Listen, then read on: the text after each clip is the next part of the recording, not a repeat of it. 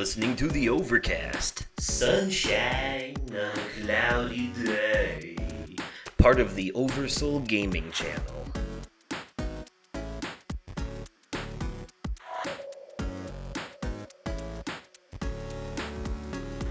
Hello there, everyone, and welcome to the Overcast, your joke-making, fun-having pop culture podcast. I am your host, Justin, aka Oversoul.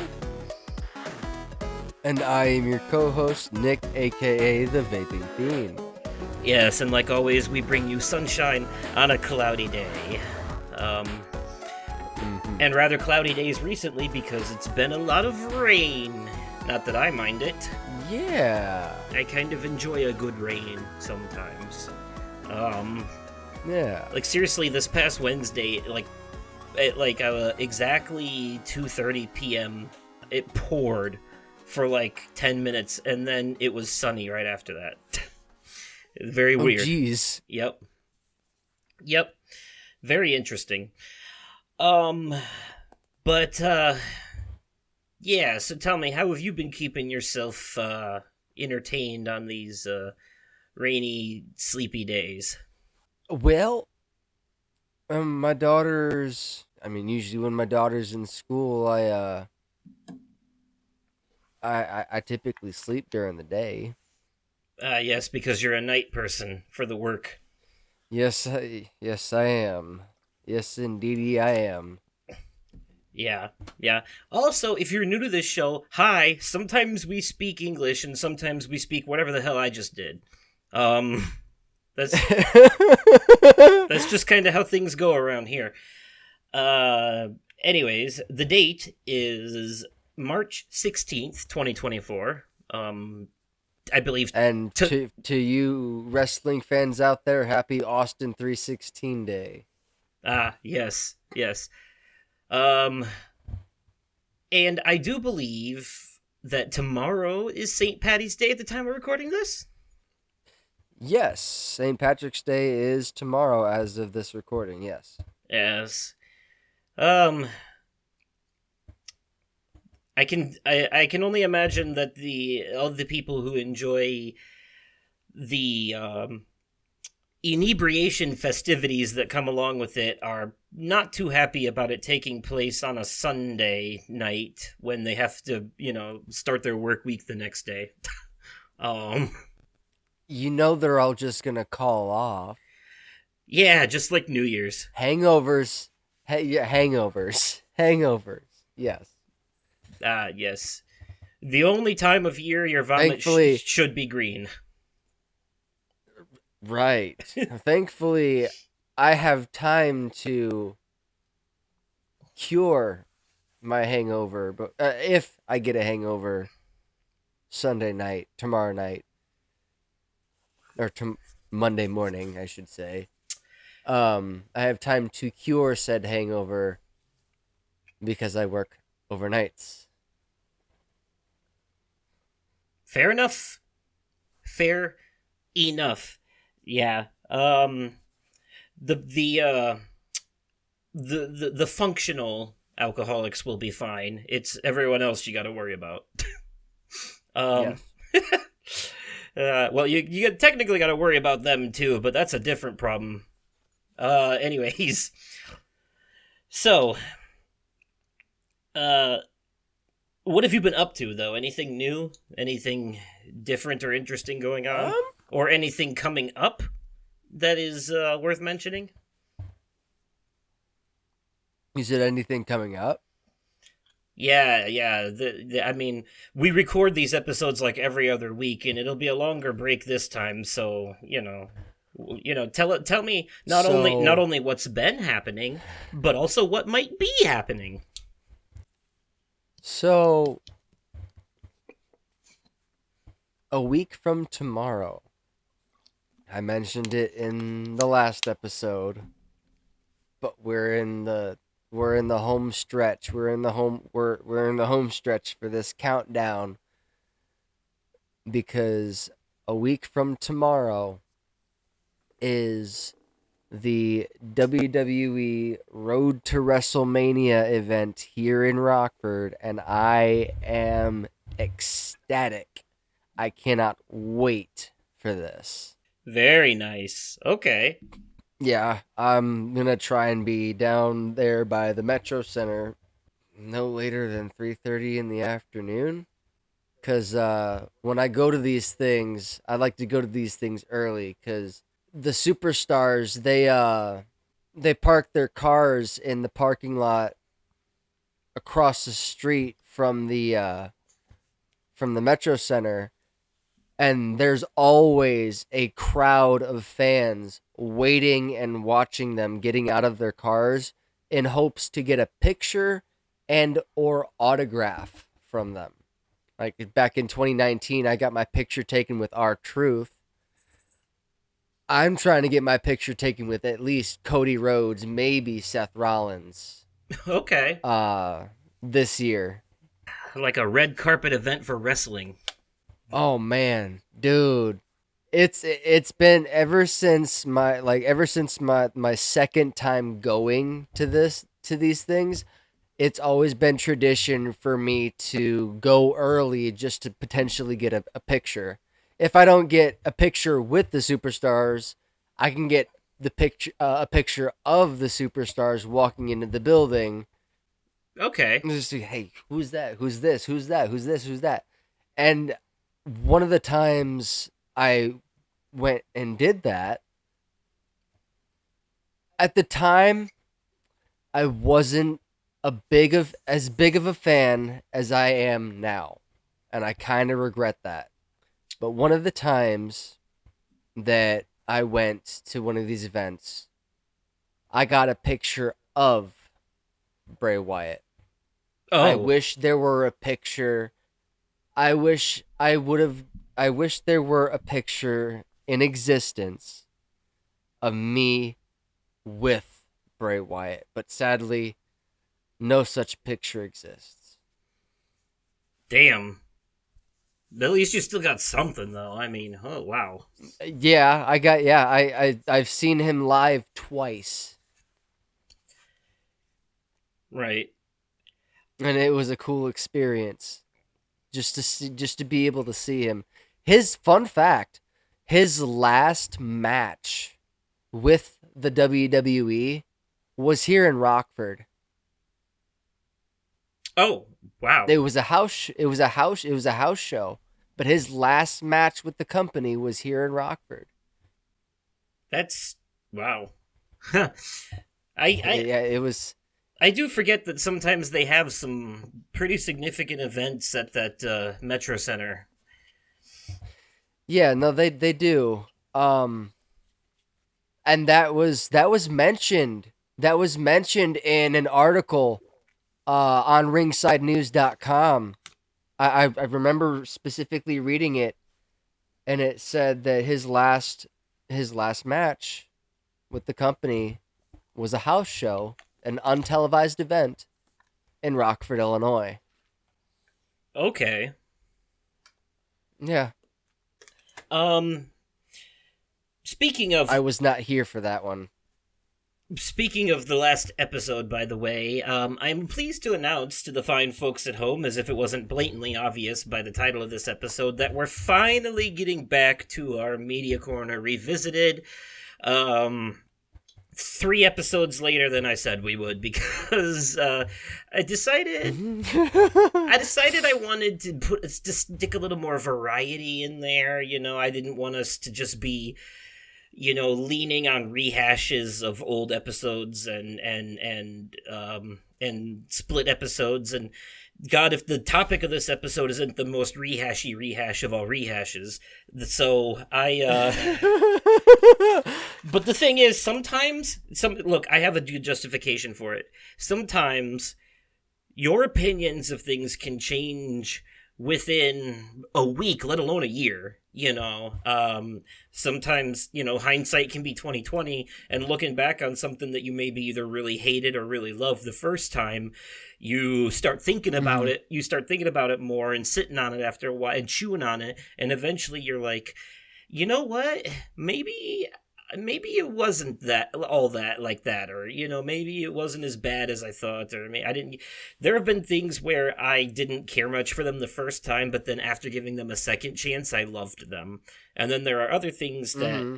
I loved a lot the first time, but then repeated viewings or playthroughs have caused me to notice more and more of the flaws each time. Like Kingdom Hearts. Makes sense. That's pretty, I love the Kingdom Hearts franchise, but when you've played each of those games about 20 times each, you definitely start noticing some shit. So, especially some anime cliches. Yes. But anyways, point being, after we did the sports episode, which we had to squeeze in when we had time for the guest, and then the villains episode to keep things kind of, variety based for a while, and plus I had shit I wanted to talk about on the media corner. Now we're back to this, and yes. Yeah, that's pretty much where we're at. Also, though, I do want to put here, so just in case, because I'm not sure if this will actually come out before or after this episode. Probably before. So, you know what? I'm gonna accommodate for both possibilities. If it's already out now and you haven't seen it, then we will have, by this point, probably have done a bonus episode about the first season of Has Been Hotel. It will have been our first bonus episode for a TV show, and because previously we've only done games and movies for those.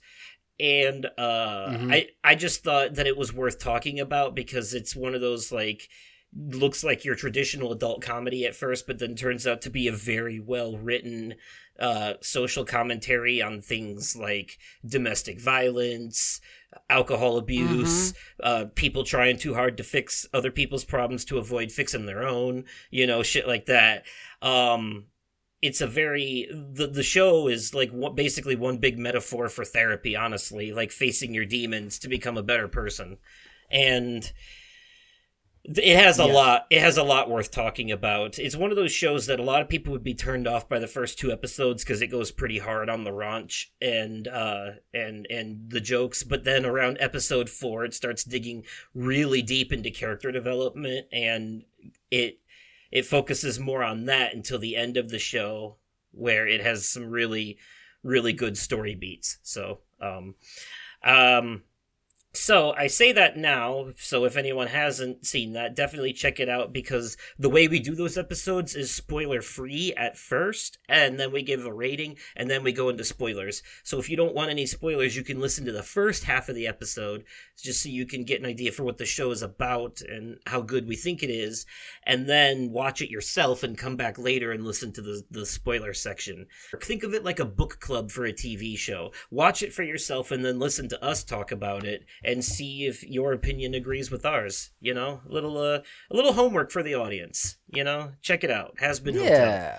That is not a full Media Corner entry because it's getting its own episode later, but I do want to bring it up here because I watched it's only 8 episodes and they're only 20 minutes long each, so it's less than 4 hours to watch the whole first season, and I watched it twice now. So, the entire first season twice in one sitting. The second time, the second time I watched all 8 episodes back to back. It's literally the same length as a fucking Marvel movie to watch all 8 episodes back to back. So it's really not that long. You're looking at like, fair enough. Like, what is it? Like, it's not a full 4 hours because each episode is only 20 minutes long. So you're actually like cutting out a lot of time there. It's closer to like 3 to 3.5 hours. So makes sense. Not a huge investment at all, but I'll gush more about that show when we actually do the episode about it. I will be here all night if I talk about it now. But I fucking loved it. Anyways, that's basically all I've been doing, and just playing more Final Fantasy VII Rebirth, and yeah, and as far as that goes, I still pretty much feel the same where I am in it now. I've made progress on the story, but it's still one of those things where I'm into the story, I'm into the character development, the combat is great. But my complaints still remain the same, and actually, I think it even gets worse the further in the game gets. The open world stuff and the side quests start to feel more and more like a chore the further in you get. Like, I was, it was tolerable in the beginning of the game and even fun for some of it, but now it's just starting to feel like they're doing. It's making the game drag. If it's making it feel like a slog. It's the pacing. It's really slowed the pacing down, and it's kind of souring the experience a little bit for me, which Damn. I'm trying to, at this point I've decided that I'm just going to focus on finishing the main narrative and worry about the other shit in the post game.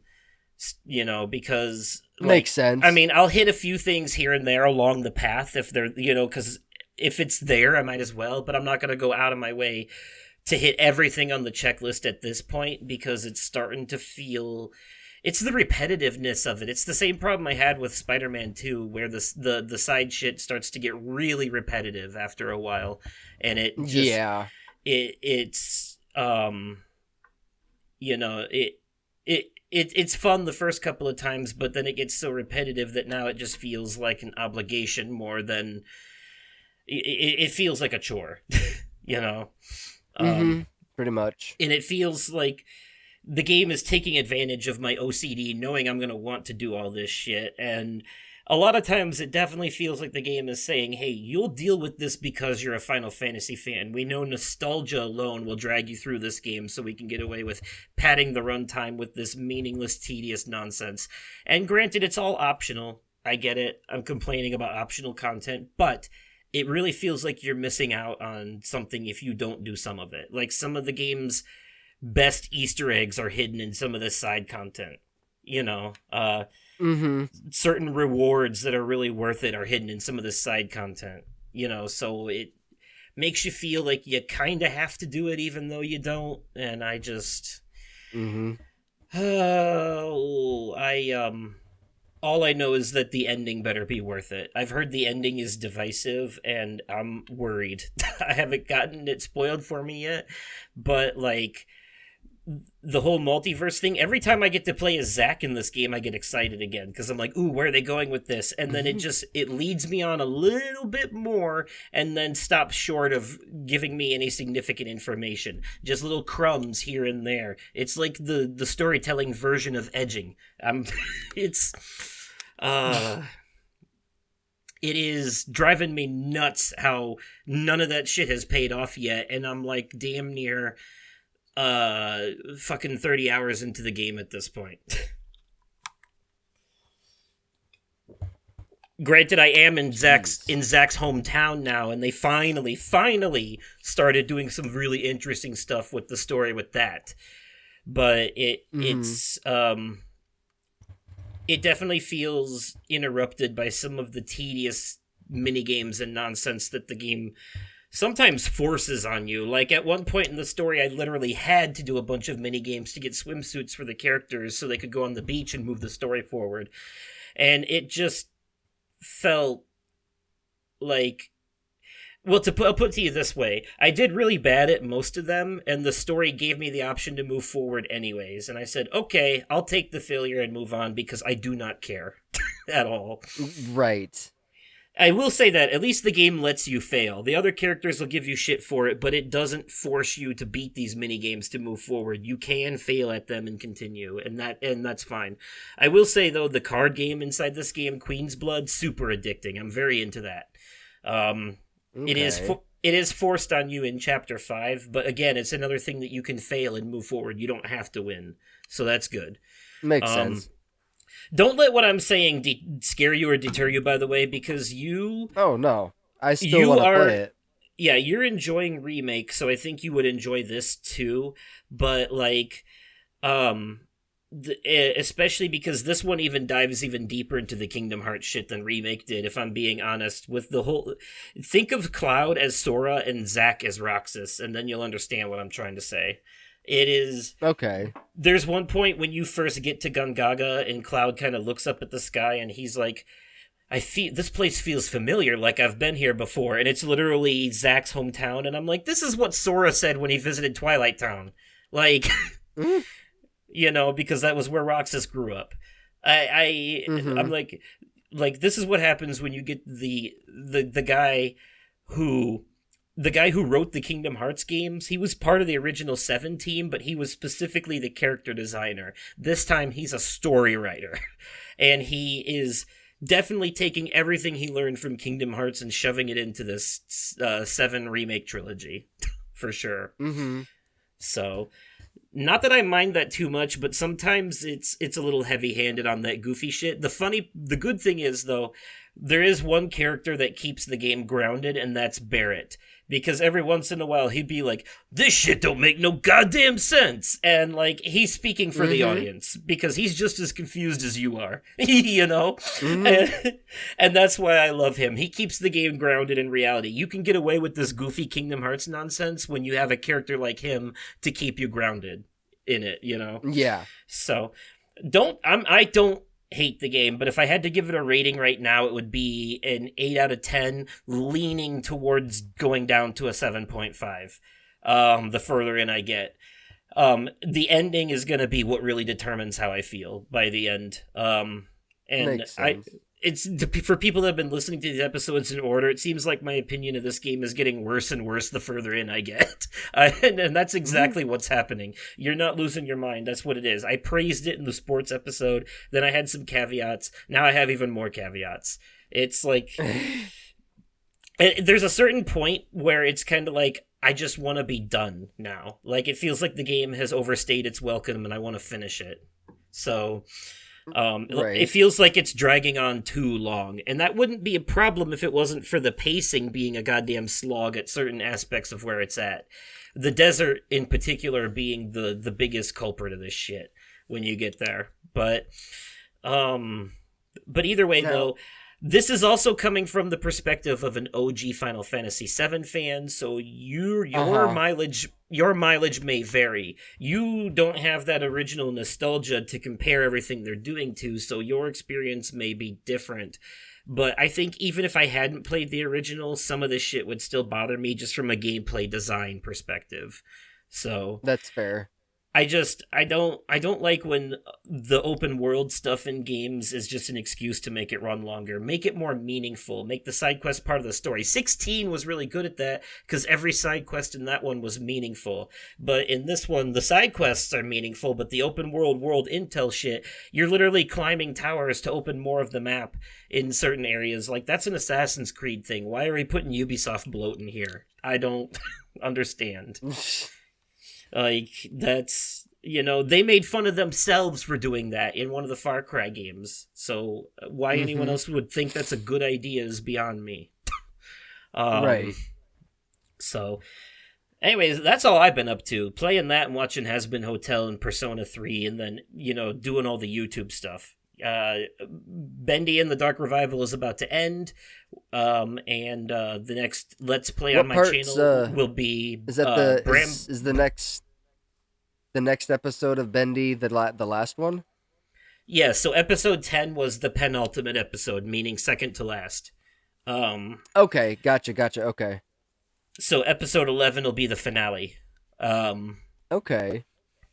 yeah, and being the second to last episode, I think episode 10 did a great job of that by taking care of one of the game's most major villains, um, Alice Angel. Okay. You've seen that episode. I remember you telling me Yes. you were watching it. Yes, I Yeah. did. Yes, I did. I did. Yeah, so she I was the did. one I with the remember. with Yes. the she was the one with the Tommy gun we were trying to avoid. Yes. After Yes. after we very intelligently solved that electric chair puzzle. Yes. For some I don't know what it is, but for some reason I've always been good at those logic word puzzles where you have to figure out what animal is sitting next to each other based on context clues. Those have always been super Mhm. easy for me. Um that was a lot Makes of fun. sense. That part was fun. Trying to get up to her when she was shooting at me with the Tommy gun, not as much fun. Um Oh, I believe it. I could tell your frustration. Also, I hope you enjoyed my frustrating death montage at the hands of that keeper I was trying to get past later in that episode too. I'm pretty sure Yes. that thing Yes. killed me at least a good 3, 4, or 5 times. you know. Yeah. Um, God, what a bitch. Anyways, Um. though, you are not ready for how this game is going to end. By the way, it's going to blow your mind. Okay. I'm Yeah. excited. I can't wait to see the next and final episode. Bramble the Mountain King will be my next Let's Play, by the way, for those of you who keep up with the YouTube stuff. That one is a lot like Little Nightmares for people who are fans of that.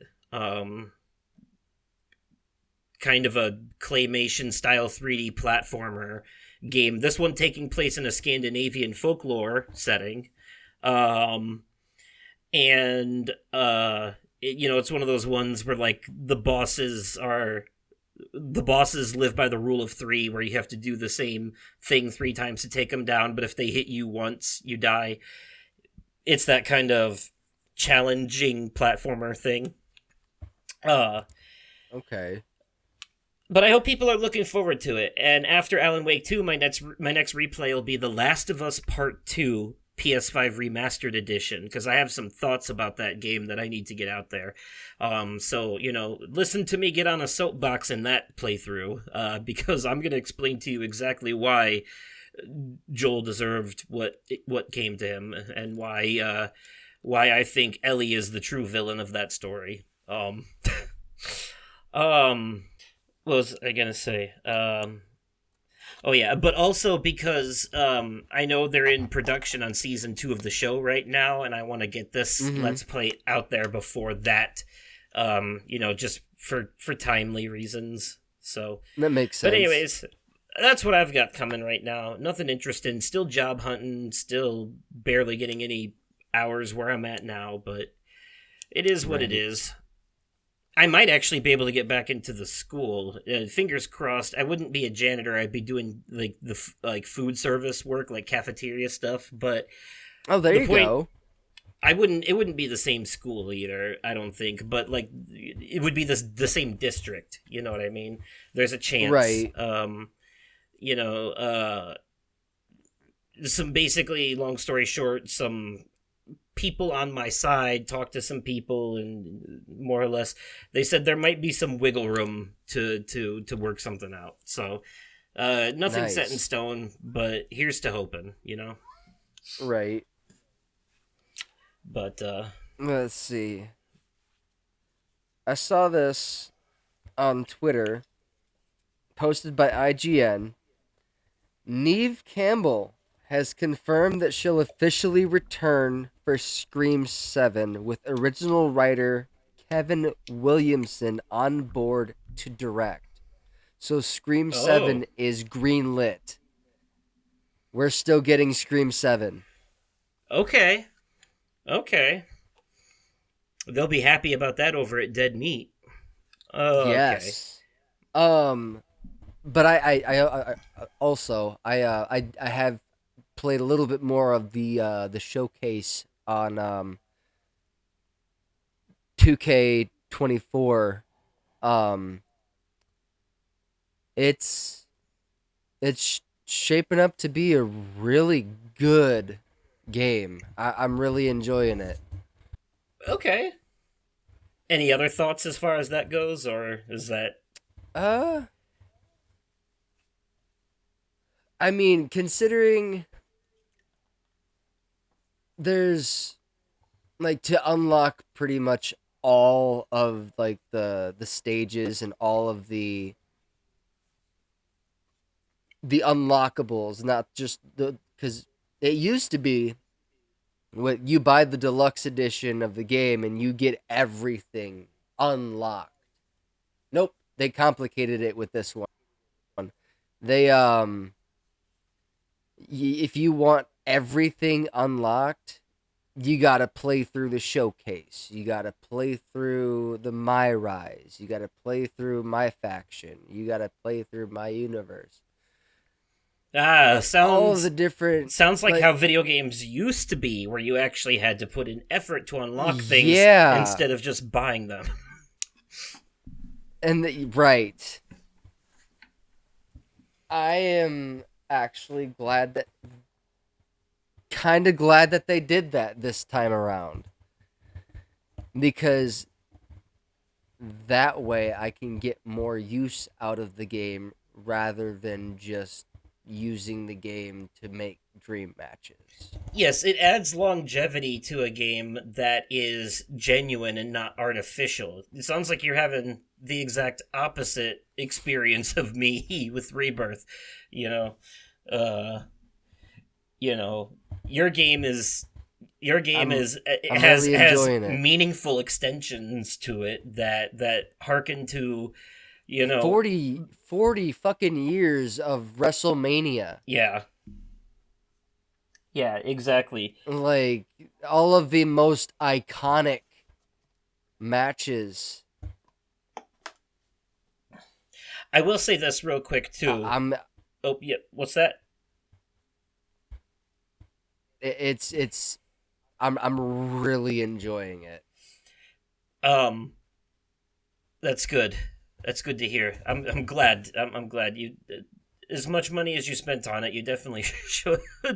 Uh, Right. Look, I still don't. Everything I said though, I still don't regret my deluxe edition purchase because the fucking art book that came with it alone was worth it for me. Like that is, Oh no, absolutely.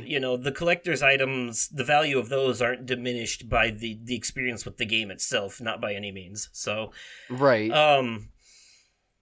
yeah. But anyways, um, I will say though, on that same note, with Persona 3 Reload, Atlas is kind of got a bit of a double-edged sword situation going on here. So they announced that they're going to, when Persona 3 was re-released on PS2 several years, like way back when, as Persona 3 FES, it came with an extra story attached to it called The Answer. Like when you go to start a new game, it says, do you want to play the main story or the extra story, The Answer, which is intended to be played after the main story. It was like pre on the disc. That makes sense. Well, they cut that from the remake and they're releasing it as DLC down the line in September. And people think that since this is a remake, and normally by definition remakes and remasters and game of the year editions and shit tend to come with all of the DLC on in the disc already, Yeah. the fact that they cut it from this and want to release it as DLC is kind of stingy alone in and of itself. But it gets worse. They actually are releasing it not by itself, like you can't even buy that DLC by itself, but rather in an expansion pack that also comes with background music and costumes that people may or may not care about.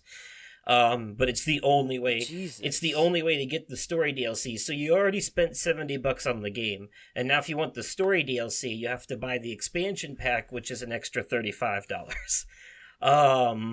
Jesus Christ. Yes.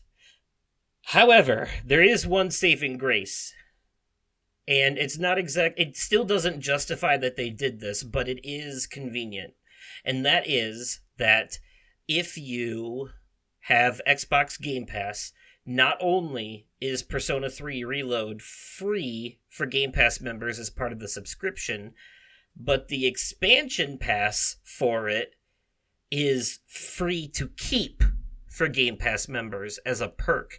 Meaning that once you download that DLC, once you have added it to your library, the expansion pack, you own that forever. So even if your Game Pass expires, you still have that expansion pack. Now, the question remains, because the story DLC comes out in September, will Persona 3 Reload be on Game Pass that long? Are they going to do some shit where they pull it from Game Pass right before the DLC comes out so that you're forced to buy the game to play the free DLC? You know what I mean?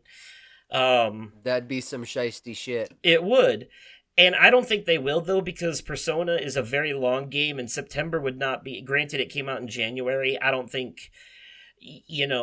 Personas 4 and 5 were on Game Pass for a full year before they pulled them, so I think that's going to be the case here, too. I really do. Um, so Fair enough. so I'm happy because I can play the game for free. Well, as long as I keep up my Game Pass subscription, so free with air quotes, but you know what I mean. No Yeah, additional cost. I didn't spend $70 on it. I spent 15. There's a huge difference there. you're right. And also though, I get the DLC completely for free. So like even if my Game Pass did expire, or I didn't want it anymore, and I chose to buy the game, I already got the DLC as a free perk, and that doesn't expire because I own it in my library instead of it being a subscription rental. You know, Right. whenever they give you free DLC as a perk on Game Pass, that's yours to keep forever. Mm-hmm. That's not part of the subscription, so that is kind of nice that they gave that to us for free. I still think though that Hell yeah. it was bullshit that it wasn't included with the game in the first place. It should have been there Oh yeah. in to begin with. So, um, especially because you know, from everyone who's played the answer on the original PS2 version, it doesn't even hold up to the main game, and therefore isn't even worth paying that much for. So it should have just been included. You know, Yeah. but anyways, though, that's all I had. So, unless you've got something else, I think we should transition into the topic. Mosey mosey on over to the topic. Yeah. Yeah, and finish off this nice little list we got. Welcome back, everyone. Here we are at the topic revisiting our Media Corner entries from last year. When we did part one of this, we left off on Spider Man Across the Spider Verse, so that's going to be where we pick up for this here part two. Yes. Where we should be able to get through the rest of these pretty relatively quickly. Yes. I think I gave my thoughts on Spider-Man Across the Spider-Verse already. No, you haven't finished it, you said, but you have watched some of it. So what do you think I so far? watched more of it. I watched more of it. So I really like where the story is going. Mm-hmm. How far in it have you gotten? I think there's like maybe I think I fell asleep at like maybe uh 30 minutes left of the movie. Okay, so you actually don't have much left. Okay, I was gonna ask, like, scene wise, have you seen India? Have you seen the Spidey headquarters? You know, stuff like that. And it seems you definitely have. Yes. Okay, so you've seen enough of the movie. You definitely need to finish it because that ending, whoo, damn. But yeah, I need to finish this movie. but you've seen enough that like you can tell why everyone loved this one so much. Yeah. The animation is top notch, by the way. I can't stress that enough. And it feels like instead of making the whole thing look comic booky like the first one, they went for like a variation of different animation styles in this one, depending on Yeah. what's happening, where they are, and even who the character is. Like, what's his name? Mhm. Obi, the British one. He looks like he's made of paper. You know, it's so cool. Yeah. It's so cool. How they do that. Um When we see Gwen's I universe in the know beginning, this it's all watercolor paintings and stuff. Mhm. I know this is on Netflix. However, it I saw that it was on sale on Apple TV Mm-hmm. for like $15. And I Yeah, picked it that's a up. good price. Yeah, that's a fucking steal. You did the right thing. This Considering is a how movie that needs to be owned. yeah. I mean I have I have Into the Spider-Verse on Apple There TV you go. too. So, You got the first one, now you've just got. adding on to Yeah. just adding on to my collection. I can't wait for the third movie, and once you've seen the ending of this one, you'll understand why. Uh, I'm anticipating it. but, Yeah. Oscar Isaac as Miguel in that does a really good job too. Everything about it is just great. I've Mm, seen that movie probably a good 3 times now. Um and I stand by everything I said about it previously in the 2023 year in review episode. I still think mm-hmm.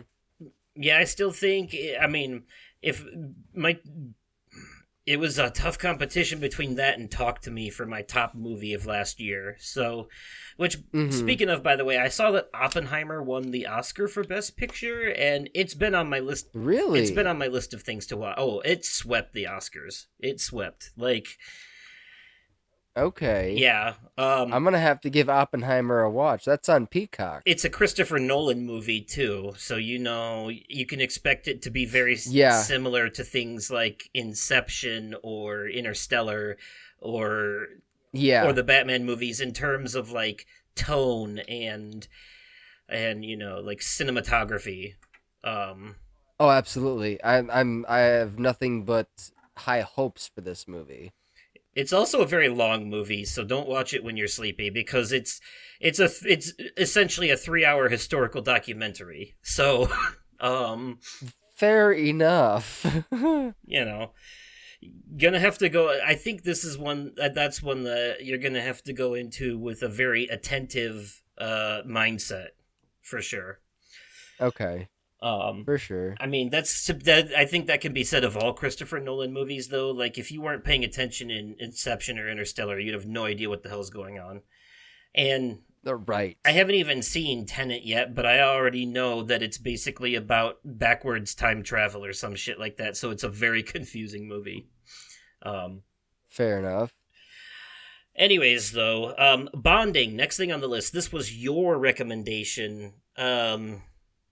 I I haven't watched any more of it than what I have last time I talked about it. I don't think. and I haven't watched it, I don't and I know. haven't watched any of it. So moving on, the Flash Okay. movie. I have since Okay. seen bits and pieces of this. I still think it's a pretty terrible movie with a good movie hidden in it somewhere. you know, uh, Yeah. there are bits and pieces in there that are like, this movie's a 6 out of 10 for me, but it had a lot of potential. It's there, it's in there. I think maybe a 6.5 actually, but um, because there are a lot of parts that it does right, but then there's just a lot Mhm. of shit that's like, ugh. And also Ezra Miller, I just, just Yeah. um, That alone probably docks it a couple points. yeah, I don't. I know they're trying to get their shit together now, but it's still hard to look past the stuff they did before. Um, Yeah, that's fair. um, and also just like some of the bits with Michael Keaton feel like forced nostalgia, like when he basically looks right into the camera. Fan Yeah, service. fan service. Yeah, there you go. Like, but not the good kind of fan service, the cringy kind, the kind where you can Yeah. even tell the actor is like internally rolling their eyes as they're saying the line.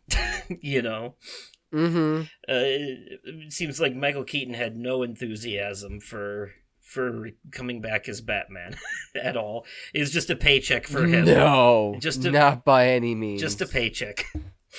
um Pretty I know much. he's supposed to be old and grumpy, but like, I I I think that's why he agreed. He was like, old and grumpy, I can do that. I'm already old and grumpy. It's just Right.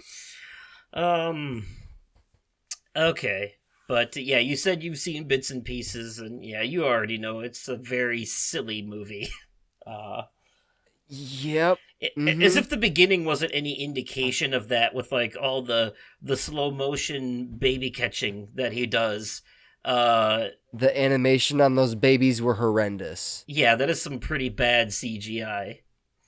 Um, And their reasoning for that animation is no excuse. They could have made it a little bit better. Yeah. I'm actually gonna get to something later on this that I think also has bad CGI, but you'll see when we get there. Um Anyways though, Final Fantasy 16, since I talked about that, I have since finished it. And as far as my thoughts on it, well folks, I would say watch my top 10 games of 2023 video for that one. I pretty much put Yeah. it all in there. And as far as I know, you still haven't even finished the demo. No, sure haven't. Yes, that two. I'm working on Final Fantasy. I'm working on Final Fantasy 7 remake right now. Yes, fair enough. Yes, that 2 hour demo that came out over a year ago. That. That, yeah. Oh shit! I know you'll get there eventually. Um. Yes. Because I do eventually. I'm gonna end up getting a copy of the game at some point. Right. Because I from what I've played of the demo, I already know I like the game. Yeah, it's definitely a different take. I like that they are making Final Fantasy games that are more accessible to a wider audience. Now it makes me happy to see more people, more of my friends and family getting into them. You know, people like you and Ryan. I was especially happy to hear that he was thinking of going back and giving 10 a chance too, because that one's my favorite. And that one has, Right. you know, like the most turn-based combat of any of them, but it's also got one of the best stories in the entire franchise by a long shot. Fair enough. But yeah, 16 is great. It just definitely has this it's different for Final Fantasy for sure. They kind of forego the usual. It feels more like a Western RPG than a JRPG. For sure, especially with the Game of Thrones influence. That is until the giant kaiju fights. That shit's anime as hell, but but yeah.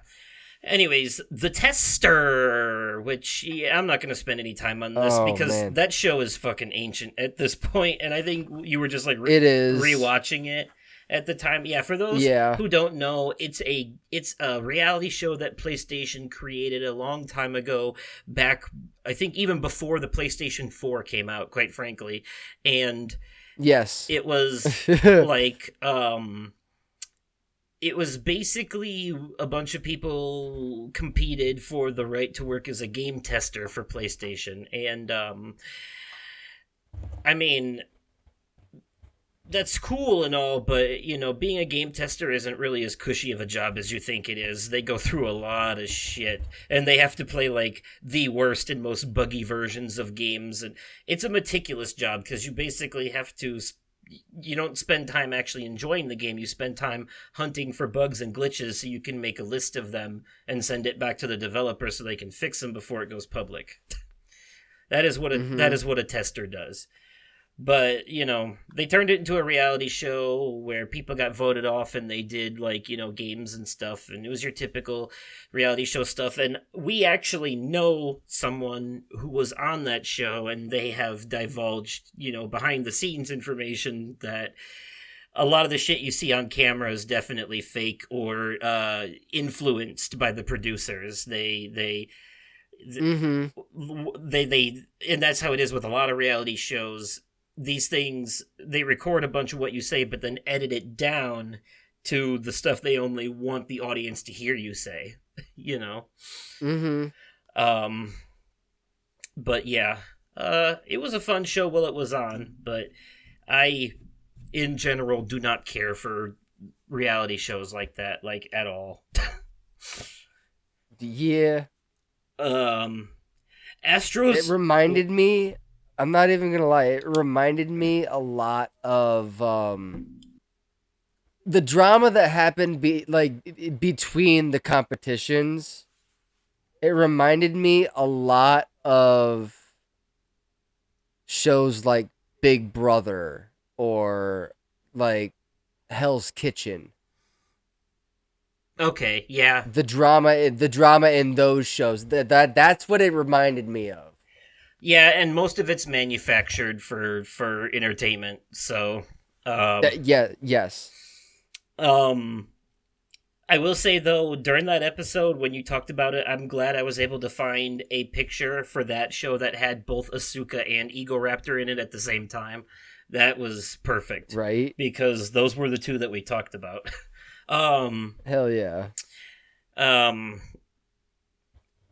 Astro's Playroom, the game that comes free with the PS5 to teach you all about the inner workings of it and about how the DualSense controller's new features work. It's also basically a walk through PlayStation history with all kinds of Easter eggs and stuff.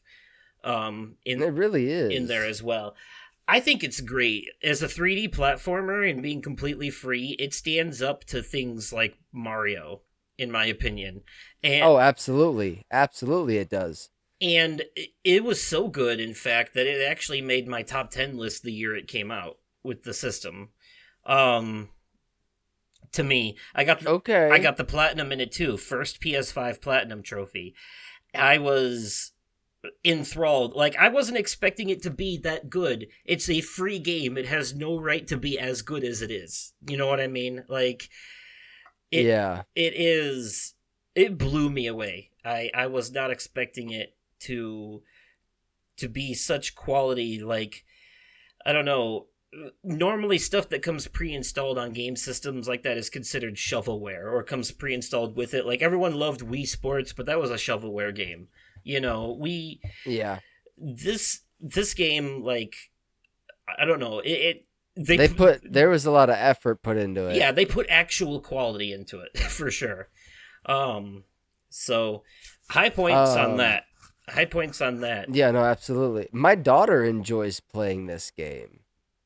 Yeah, the Astrobots that have been around since PS4, by the way, have been like a family staple PlayStation icon since they were introduced. You remember, there was it was just called the Playroom, not Astro's Playroom, but the Playroom, and you use the Mhm. PS4 camera to play with the robots on the Mhm. TV. I had that camera. It was so much fun playing with that shit. And then there was there were they added a VR addition to that for the PSVR, They the did. original, and that They had did. I never got to play it, but yeah. that had a bunch of mini games in it that was a mixture of one person on the VR headset and other people playing on the TV screen, and it was like multiplayer games. Like there was one where Okay. one person was a cat on the VR headset jumping out the curtain trying to grab the other players who were little mice running around on the screen using the controllers. It was one of those yeah, there's VR multiplayer games like that where what you see on the TV and what you see in the headset are two different things. And Interesting. don't talk and nobody or keep talking and nobody explodes or whatever the fuck it's called is exactly like that too, where the person in the headset is trying to defuse a bomb and the people outside the headset are using the instructions on the TV screen to tell them how. Mhm. That one's pretty cool. um Keep talking and nobody explodes, I think that's what it's called. um but and then yeah, and then also Astrobot Rescue Mission, which was a full 3D platformer game, just like Astro's Playroom, played exactly the same, but it was in VR. Um, Mhm. Also considered one of the best PSVR games. So yeah, those little robots have made a name for themselves. Um, Anyways, Fortress of Nerditude, which at this point I'm Yes. almost tempted to call to call our sister podcast.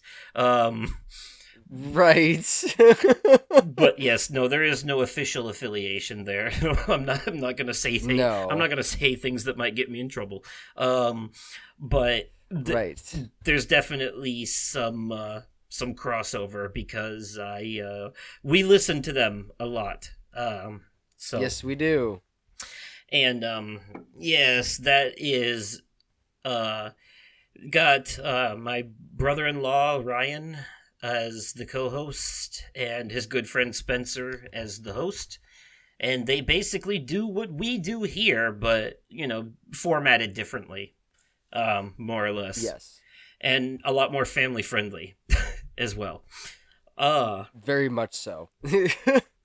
yes, but if you like what we do here, you'll like what they do over there too, so definitely give them a listen because it's a very similar pop culture focused thing. For sure. Yes. Uh, Absolutely. Renfield. I loved this movie. Renfield. So self-aware, so funny. Yes, and some great practical effects, by the way, too, which we learned more about at the Yes. Dead Meat Horror Awards. Yes, we did. How the main guy there was like literally like beating people with a prosthetic arm and shit. It was great. Uh-huh. I like that. I like that a lot. I like Hell when yeah. they use practical effects like that, and they were like doing their own stunts and stuff too. Mm-hmm. The makeup job That on was pretty fucking cool. on Nick Cage is great. Like, Oh, yeah, no, that was phenomenal. that was a funny movie. Again, another thing that just basically has no right to be as good as it was. Like, there are some things that you just don't think they're gonna be that good and then when you check them out, you're like super surprised. And this is one of those things. Mm-hmm. You know, I I love that movie.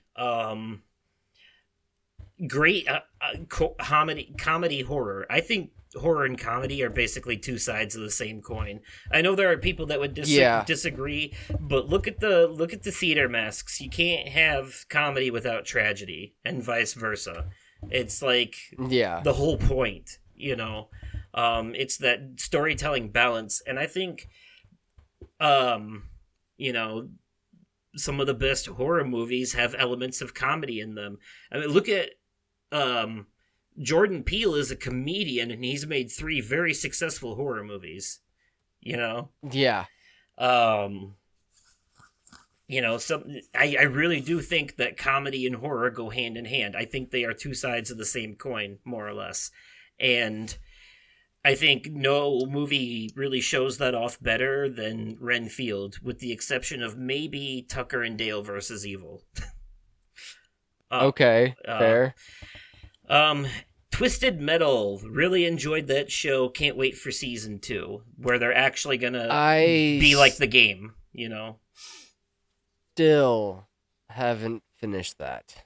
Definitely worth watching. By the way, the girl that plays Quiet in that, Stephanie Beatriz, also Rosa on Brooklyn Nine-Nine, is also the voice of Vaggie in Has Been Hotel. Okay. Yep. Yeah, I was happy to. And the cat dude, the bartender, is played by Keith David, who is like very prolific voice actor that's in a lot of shit, including he plays the president on Rick and Morty a lot. Okay. Yep.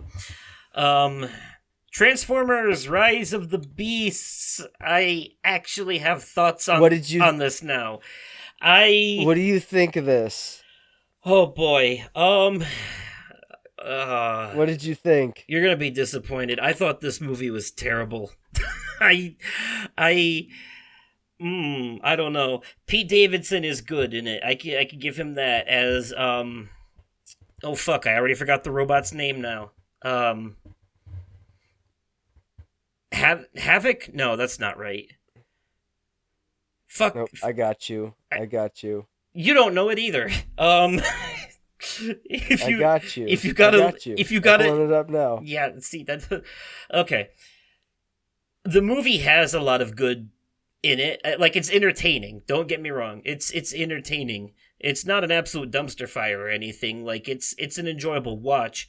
But there is so much shit that happens in this movie that makes absolutely no goddamn sense whatsoever. And it taking place in the 90s sets up a lot of continuity issues with the other movies as well. Like, this is a prequel. This is a prequel that does not respect the other parts of the story. Also, for a movie called Rise of the Beasts are in it for like maybe 15 minutes of the entire thing, which kind of feels like false advertising to me. I was expecting more of the, what are they called, the Maxicons or whatever, the animal ones. Mirage. Yeah, Mirage. I knew it started with a M, or I said Havoc. Why did I say Havoc? Anyways, yeah, Mirage is great, but like, there's just so much like convenient bullshit and plot contrivancy in this in this movie. Also, the huge final battle that takes place near the end has got to be one of the laziest copy pastes of Avengers Endgame I've ever seen. Quite frankly, like it's literally the same shit. It's like a huge fight against a bunch of like disposable CGI monsters on a big gray battlefield, and at one point, Mirage straight up becomes an Iron Man suit for the main character. Like, that's some wacky shit, man. uh, I don't know. I found it hard to look past a lot of the, like, they just definitely yada yada over some of this shit. I knew Bumblebee wasn't going to be dead because it's a prequel and he's in the other ones, but they do not give a shit about explaining to you how he's not dead. After, like, they show him die earlier in the movie, and then he comes back like Gandalf when it matters the most and save their asses at the last minute, and they just completely hand wave over how that even happened in the first place. Because they know you don't. Yeah. They know you don't care. This is a Michael Bay movie. You're watching it for explosions. Pretty much. Yeah, and he put like little to no effort in these things. Besides this is the 7th goddamn Transformers movie, by the way. I just want to point that out. I just and I kind of forgot about that too. And I was like, wait, there's 7 of them? Oh right, Bumblebee. He had his own movie. He had a spinoff, and John Cena was in that one. Yes. I do remember that. This is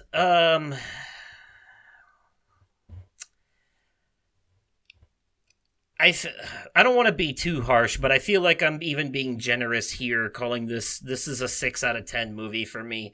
But only because it has like a couple of funny moments with Pete Davidson that kind of save it. And as an action movie, it serves to entertain.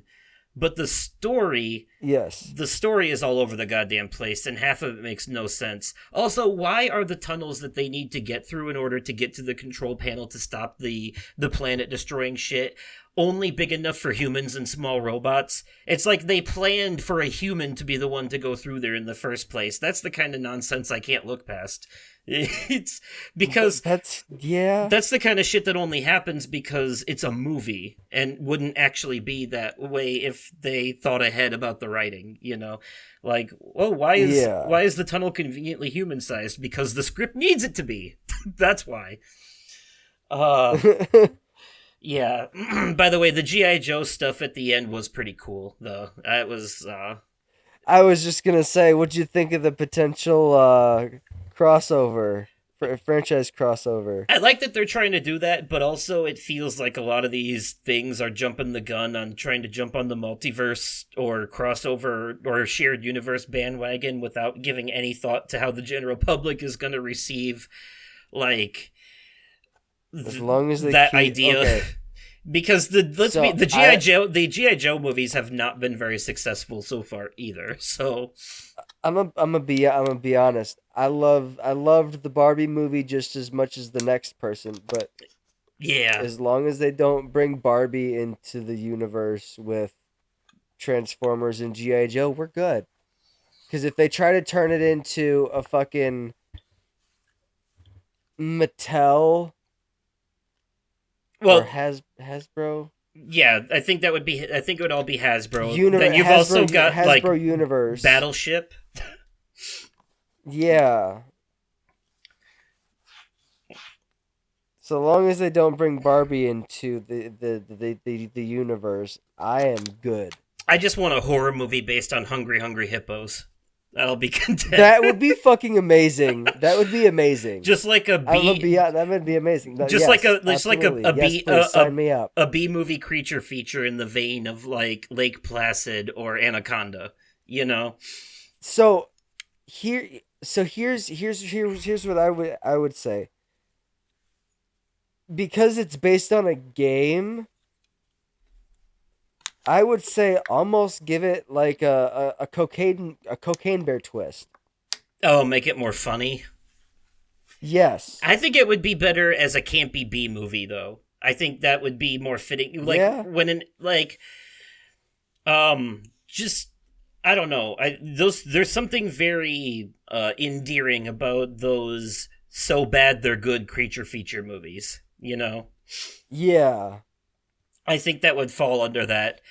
But anyways, though, yeah, the Transformers movie, didn't hate it, but didn't love it. It is a very flawed, adrenaline-filled explosion ride.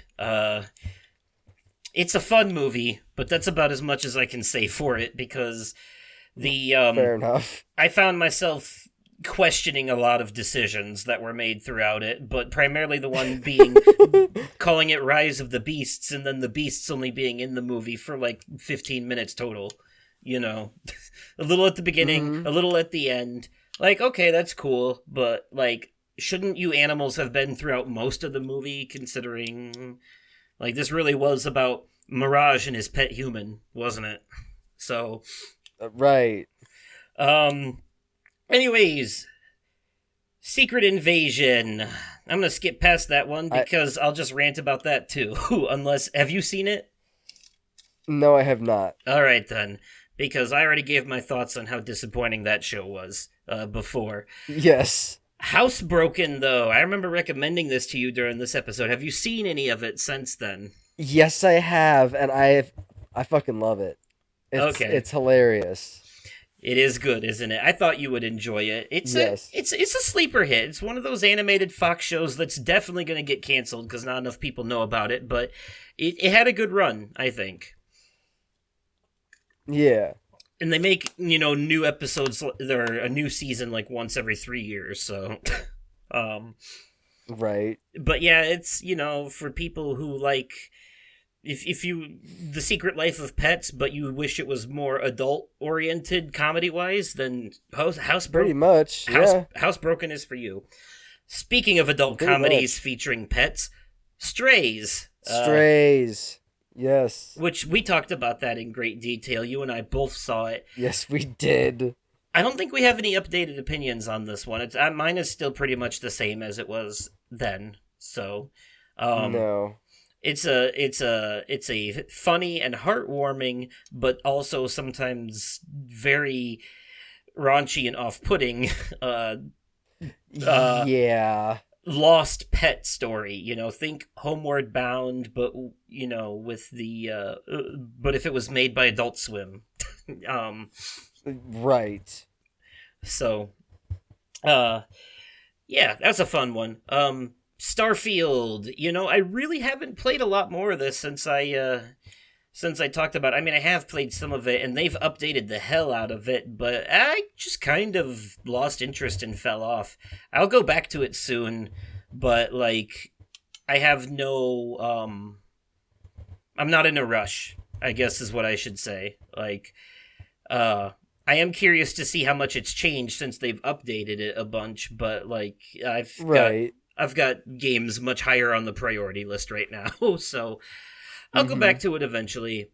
Solar Opposites. I talked about this in my solo episode. That's also where I talked about Strays and Starfield. Yeah, that's right. You didn't get to talk about Strays on that because you weren't in that episode, but you gave your No, thoughts. I was not. You gave your thoughts on the 2023 episode. Yes. Have you seen any of Solar Opposites? No, I have not. Okay. Then I will not linger on that one, but it is a funny show on Hulu that I think fans of Rick and Morty would enjoy. Anyone who enjoys that show will enjoy Solar Opposites. But also, I think the best part of the show is the side story that takes place inside the wall with the tiny people, and also the show got a lot better after they replaced Justin Roiland with Dan Stevens. So, Okay. and that was in season 3. But if you do watch the show, you got to watch it from the beginning. And they have a couple holiday specials too. They did a Halloween, Christmas, and Valentine's special, one for each season so far of the show. So Okay. the specials are meant to be watched in between each season. So you watch season 1, then the Halloween special, season 2, the Christmas special, and season 3, and then the Valentine's special. Okay. All right, the Little Mermaid remake. I have thoughts. I watched this. What did you think? I enjoyed it. I enjoyed it. To be honest, I don't think I have a whole lot of complaints, although I do have a few. My biggest one being that the photorealism CGI for the animals is uncanny valley, like uh it just don't look right to me. I agree. Like Flounder and Sebastian especially just look wrong. Scuttle is fine because that's what a bird should look like. But the other problem with this is that when you make animals photorealistic like that in something like this, they become devoid of all emotional expression. That was the big problem with the Lion King remake, is that there was no visual facial emotions to go along with what they were saying because they just looked like real animals. And that is Right. kind of one of the downsides with these live action remakes of what are, they're trying to translate things into live action that really only works in cartoon form. You know, Mm-hmm. because the laws are different for cartoons, the rules are different, Mm-hmm. and so that's really my only problem with it. I was expecting like the scuttlebutt part to be goofy, and that actually ended up being like really cool. I It I was it was definitely interesting for sure. Well, then I found out that that song was produced by Lin-Manuel Miranda, and I'm like, okay, so that's why it's so good, because he was behind it. Um, Makes sense. that's the Hamilton guy. He's good at music. But that's also why it was a rap, sort of. That's more like his style. Yeah. Um, but I did like that. I like that, and that part was, you know, I would say outside of that though, I love Aquafina. I love her and everything she's in. She's usually one of the best parts of everything she's in, but she should not sing. I I just want to put that out there. I don't think her voice. She sounds like she's got a smoker's voice. It's not meant for singing. I I just want to put that out there. Yeah. Um, I think that the movie knows that though, and kind of leans into it from a comedy perspective though, especially during the lagoon scene where she's like trying to sing a love ballad and it comes off terrible before they go into the actual song. Um, Mm-hmm. so that part was fine, but like I noticed it in Scuttlebutt where the rapping parts were fine, but then at the end when they had to like hold on to a long note at the end, like a long her voice cracked, whereas Sebastian's didn't. Oh yeah. No, So absolutely. Absolutely. yeah, so that was she should definitely stick to the rapping. But Yes.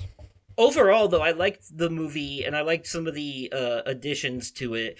I noticed that Ursula cheated more in this version by making Ariel forget she even had to get the kiss in the first place, thus Mm-hmm. adding an extra obstacle to the story. But also,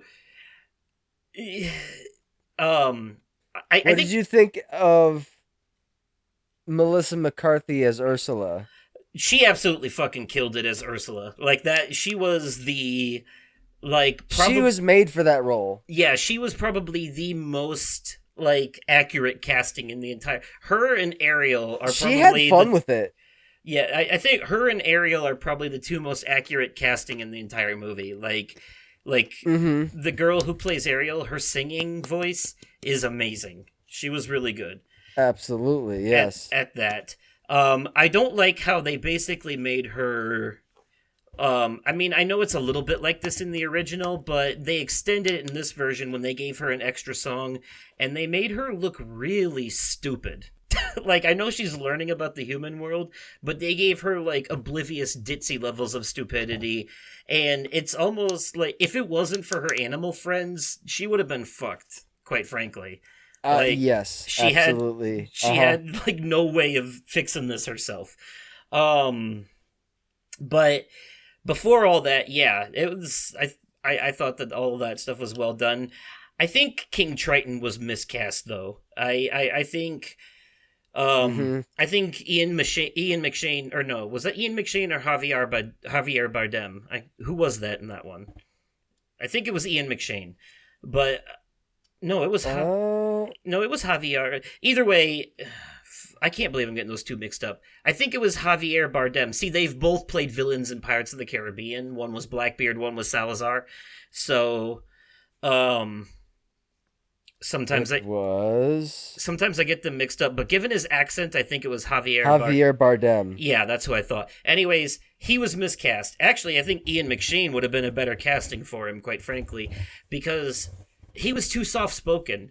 The way that Javier Bardem works, all of his characters are. He usually plays threatening villains that are very soft spoken, and their soft spoken nature is what makes them so threatening. You know, like Mm-hmm. in No Country for Old Men, he was the guy that went around with the air pump, killing people with it, the cattle prod, putting holes in people's Mm-hmm. head, and he was very, like he would always talk like this, be very like flat and soft spoken and slow spoken, and it made him more Mm-hmm. intimidating in those scenes because he was super calm while blasting a hole in someone's head. You know, he's too soft spoken to be King Triton in this movie. I think King Triton needs to be more of a like louder and boisterous, like toxic masculinity, like my house, my rules kind of dad archetype. And I mean, he softens up by the end of the original movie, but they kind of softened him up for this a bit, too much in like from the get go. Like he's still a stern helicopter parent, but it doesn't come across in his acting. It comes across in his dialogue, but he doesn't feel very he doesn't feel threatening like King Triton was in the original. Um, because he had all that power. But outside of that, though, no, I really like this movie. Thought it was a pretty faithful remake. It's just a shame that since it's live action, they had to cut back on some stuff. So, Under the Sea was a really fun song, but it seems to be missing a lot of like the fish playing instruments and stuff like that added to the whimsical charm of the original. So great movie, but there were some cutbacks being made in order to make it work. But overall, an 8 out of 10 for me, I would say. Okay. So yeah, I enjoyed that. I really did. I'm glad. Talk to me. Talk to me. Yeah, I've talked I quite a bit about this one. How did you like it now that you've seen it? I really, really, really enjoyed this. Now, I don't normally wince at horror movies, but when that boy decided that he wanted to do the talk to me, I let you in, and that the way each and every time whatever spirit was possessing him, his face off of every time I heard his it was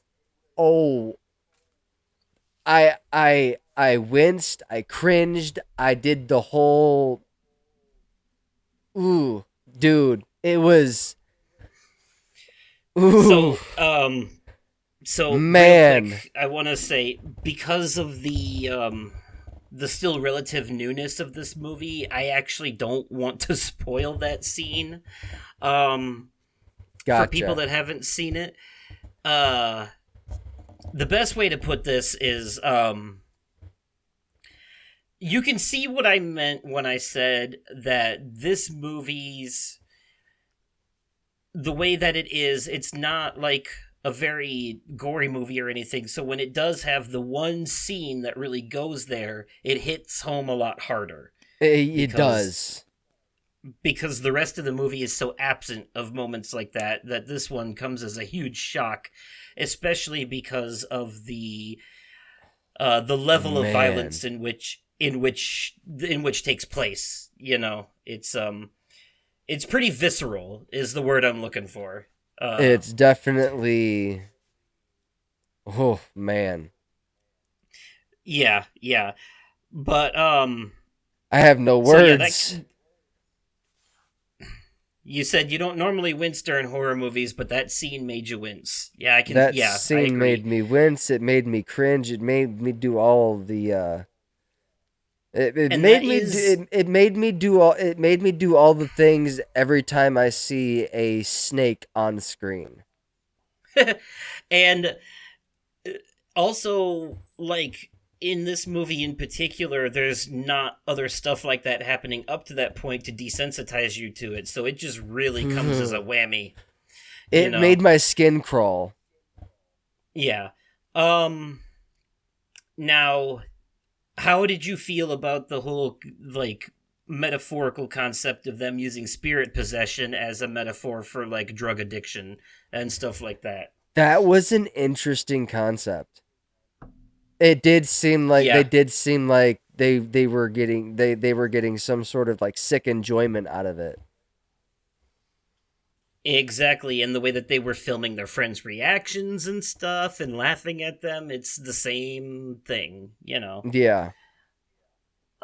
I thought it was very clever the way that that was done. Probably Yeah. it's got to be like one of the most well done horror movies in a long time. And It was it, it was definitely an original idea. I've never seen anything like it.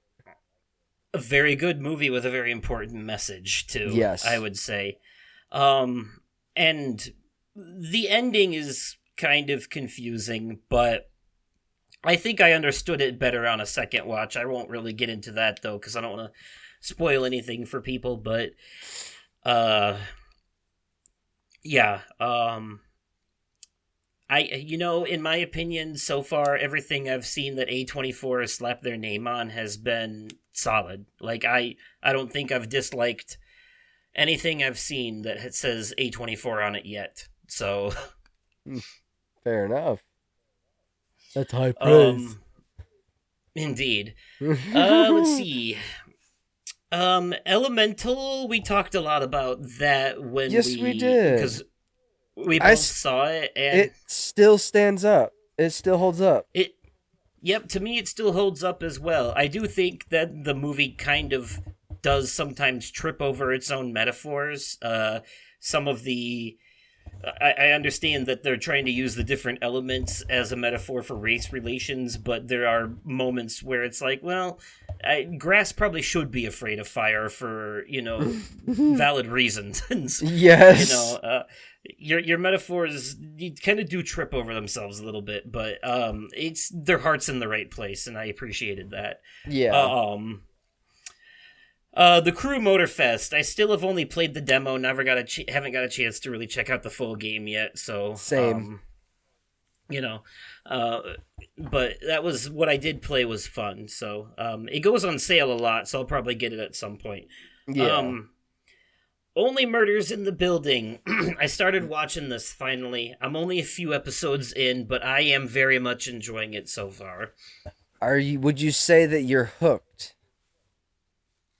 I don't know if hooked is the right word, but I'm invested. Okay, Is where fair I'm enough. at.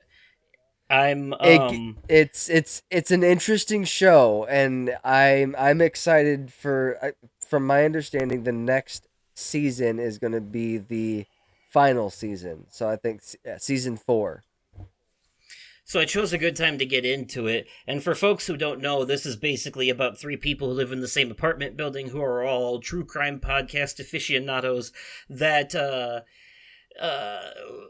they're the kind of people that are so obsessed with true crime stuff that they think themselves experts at being able to solve things that the police would have missed out on. And they put this self-proclaimed knowledge to use when an actual murder happens in their building that the police write off as a suicide, and they think otherwise and start investigating it and start to like kind of bond over this shared interest in solving this murder. I like how, by the way, in the first episode, the three of them can't stand each other until they realize they're listening to the same podcast. Then they're Mm-hmm. suddenly friends. you know. Pretty much. Um, But yeah, Steve Martin, Martin Short, and Selena Gomez. Interesting pairing, by the way. Yeah, Um, it it was. It it is very works. interesting. There, yeah, This is a very uh, how do I put it? I would say um this show has some comedy for sure. I mean, it's got hmm comedian actors in it, but I would say it actually leans more into the mystery and drama aspects than it yeah, does the comedy. For sure. It seems like Martin Short's character seems to have a estranged relationship with his son and stuff like that. hmm So, um, so yeah, I'm into it so far and curious to see where they're going. If for no other reason than to get the murder mystery out. I can't give a solid rating yet because I'm only a few episodes in and there's not enough to go off of. But right. um, it's one of those things where like I can tell watching it already. I'm going to like it. But it probably won't be like my favorite show ever. But it's one of those ones that I'm going to have a lot of respect for because I can see as I'm watching it the quality that was put into it production wise. Like Makes it's sense. a well-made show for sure, and I can see that it shows in how it's put together. Um, so I am into it. Let's see. John Mulaney, Baby J, stand up special. Have you seen this yet? I've seen it twice. I think Not it's fucking hilarious. yet. It is on my list. Man. As much as you love stand up comedians, I think this is one that you would really, really enjoy. Um, Okay. so, okay. Yeah, we'll move on from that one, though. But John Mulaney, in my opinion, is still one of the funniest comedians. Um, Saw X, we have covered that one quite extensively, so we'll Yes, go we ahead and did. skip that. We did a whole episode on that one, folks. Yes, You we can just did. listen to that episode. The Meg 2, still haven't seen it yet. Great movie. And it's honestly not super high on my priority list. I don't know if I ever even saw the first one. I will when it comes to like horror movies or like creature feature sci-fi stuff like that, I've never been super big on the ones that take place on the ocean, like Jaws, Deep Blue Sea, stuff like that are dealing with like giant fish monsters like sharks or Fair whatever. enough. Those ones, I don't know. It's not that they're bad or anything, they just never tickled my I mean, fancy. these have Jason Statham in it, so I mean, there's that. It's got that going for him. Yeah, Jason Statham is like the new Nicolas Cage to me. I feel like he's just taking everything they throw at him, and some of that shit that he does is like really good, but then a lot of it is just complete trash as well. Like it's just he's been in some really stupid movies Fair in enough. the past couple of years. So I don't know if I don't know. I do like Jason Statham, but I don't like him as much now as I used to. I feel like he's kind of gone downhill. I don't know why. Fair It just enough. feels like it feels like he's phoning in all his performances these days. Yeah.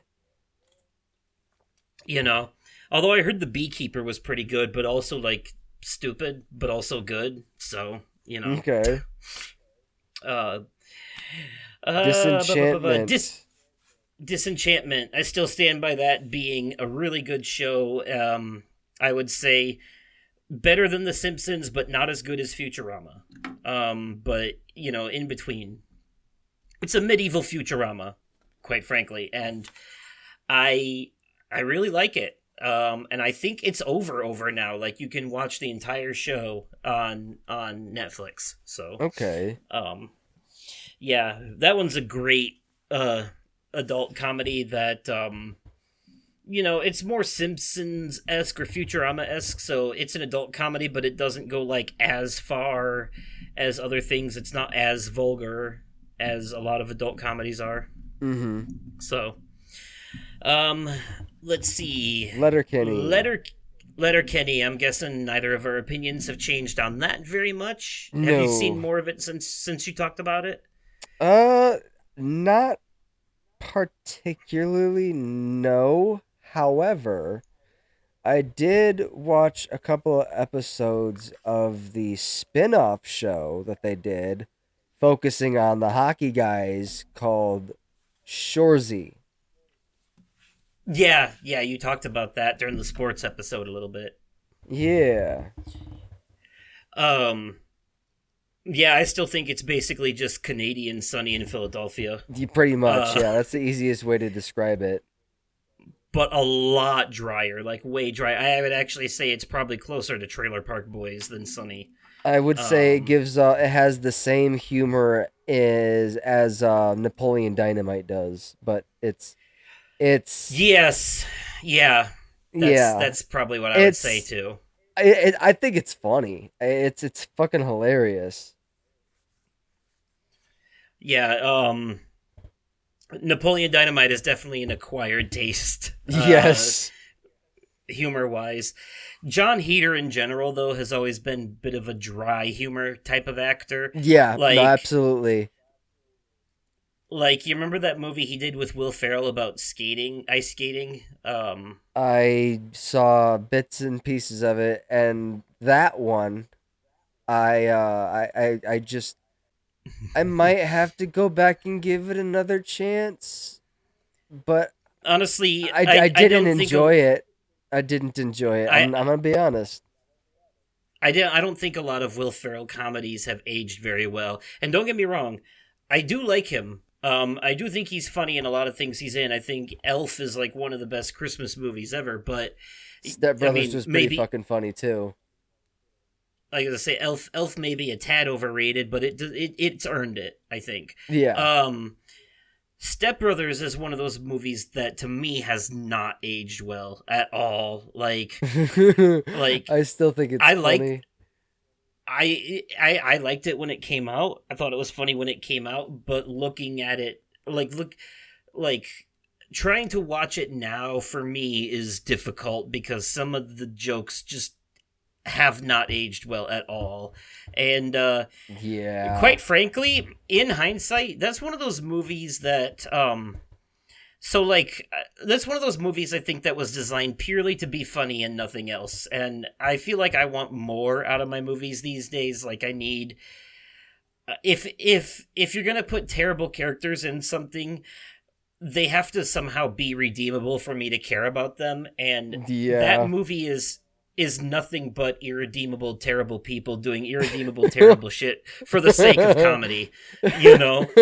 Um, and Yes. like stuff like Sunny in Philadelphia can get away with that because the show is a satirical take on terrible people where they might be the main characters, but the show doesn't shy away from the fact that they are bad people and they constantly get their comeuppance. Like Mm-hmm. karma always hits them.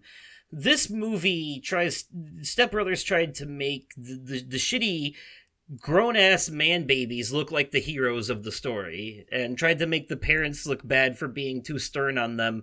And I don't understand what the message was there. I think that movie was just meant purely to be funny and nothing else because It's one of no, those movies where you can just shut your brain off. you kind of have to. I think that's actually a legitimate requirement for enjoying that one I fucking is love it. It's so fucking funny.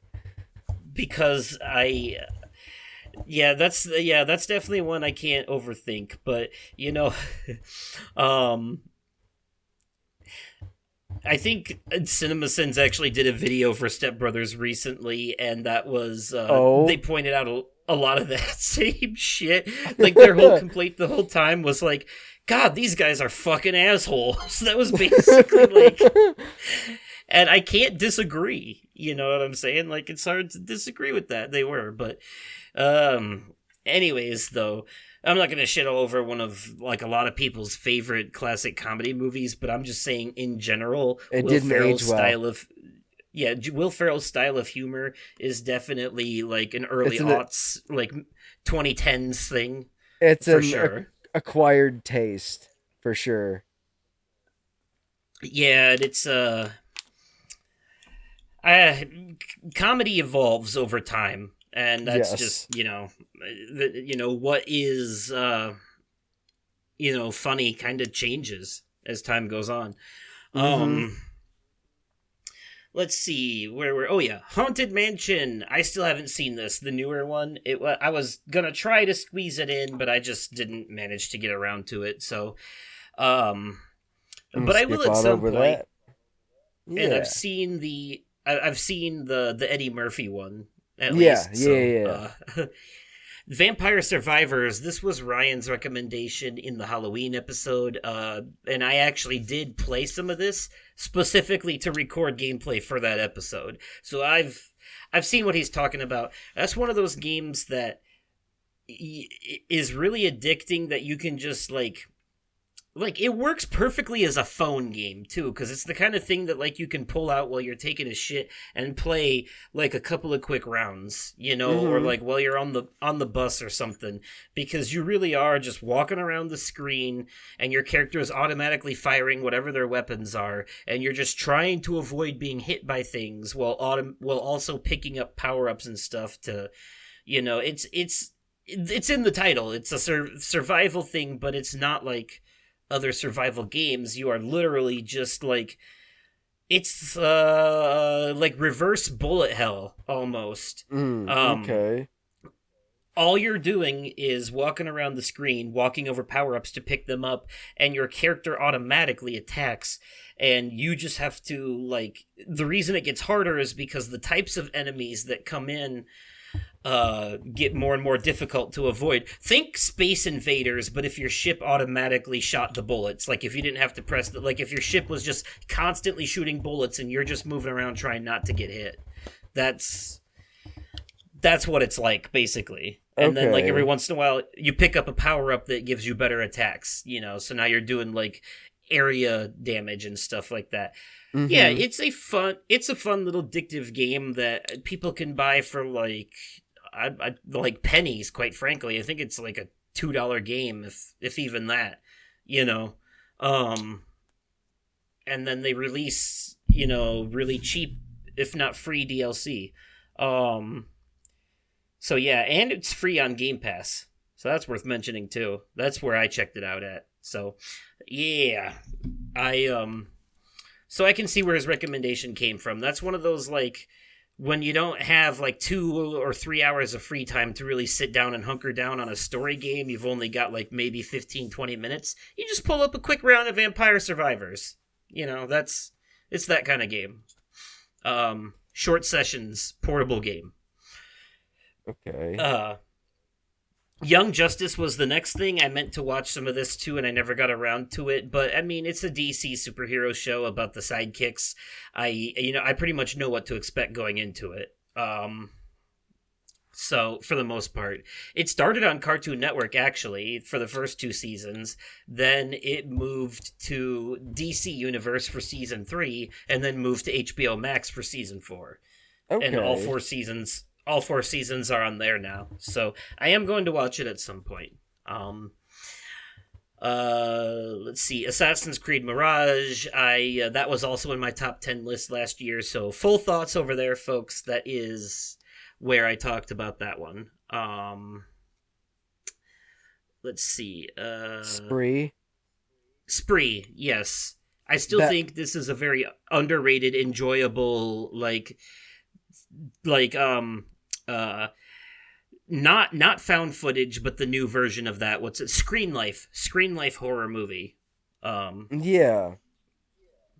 yeah, Screen Life, like Unfriended or something, where the whole thing is from the perspective of like a modern technology device, like a phone or a laptop or something. Mm-hmm. Um, I enjoyed it. I enjoyed that a lot. I was very surprised by how much I enjoyed it, actually. Quite frankly. Um, Bit of a sleeper hit. It sounded like you were about to say something about it. It's definitely interesting. You liked this one, didn't you? I did. I did. I just some there were parts where I found myself face palming. Yeah. A testament though to the phenomenal acting that was done there, though, because that character is definitely meant to be cringy and obnoxious. It's like Right. his whole thing. Mm-hmm. So yeah, I thought that was very interesting and well done. Uh, the Goosebumps TV show.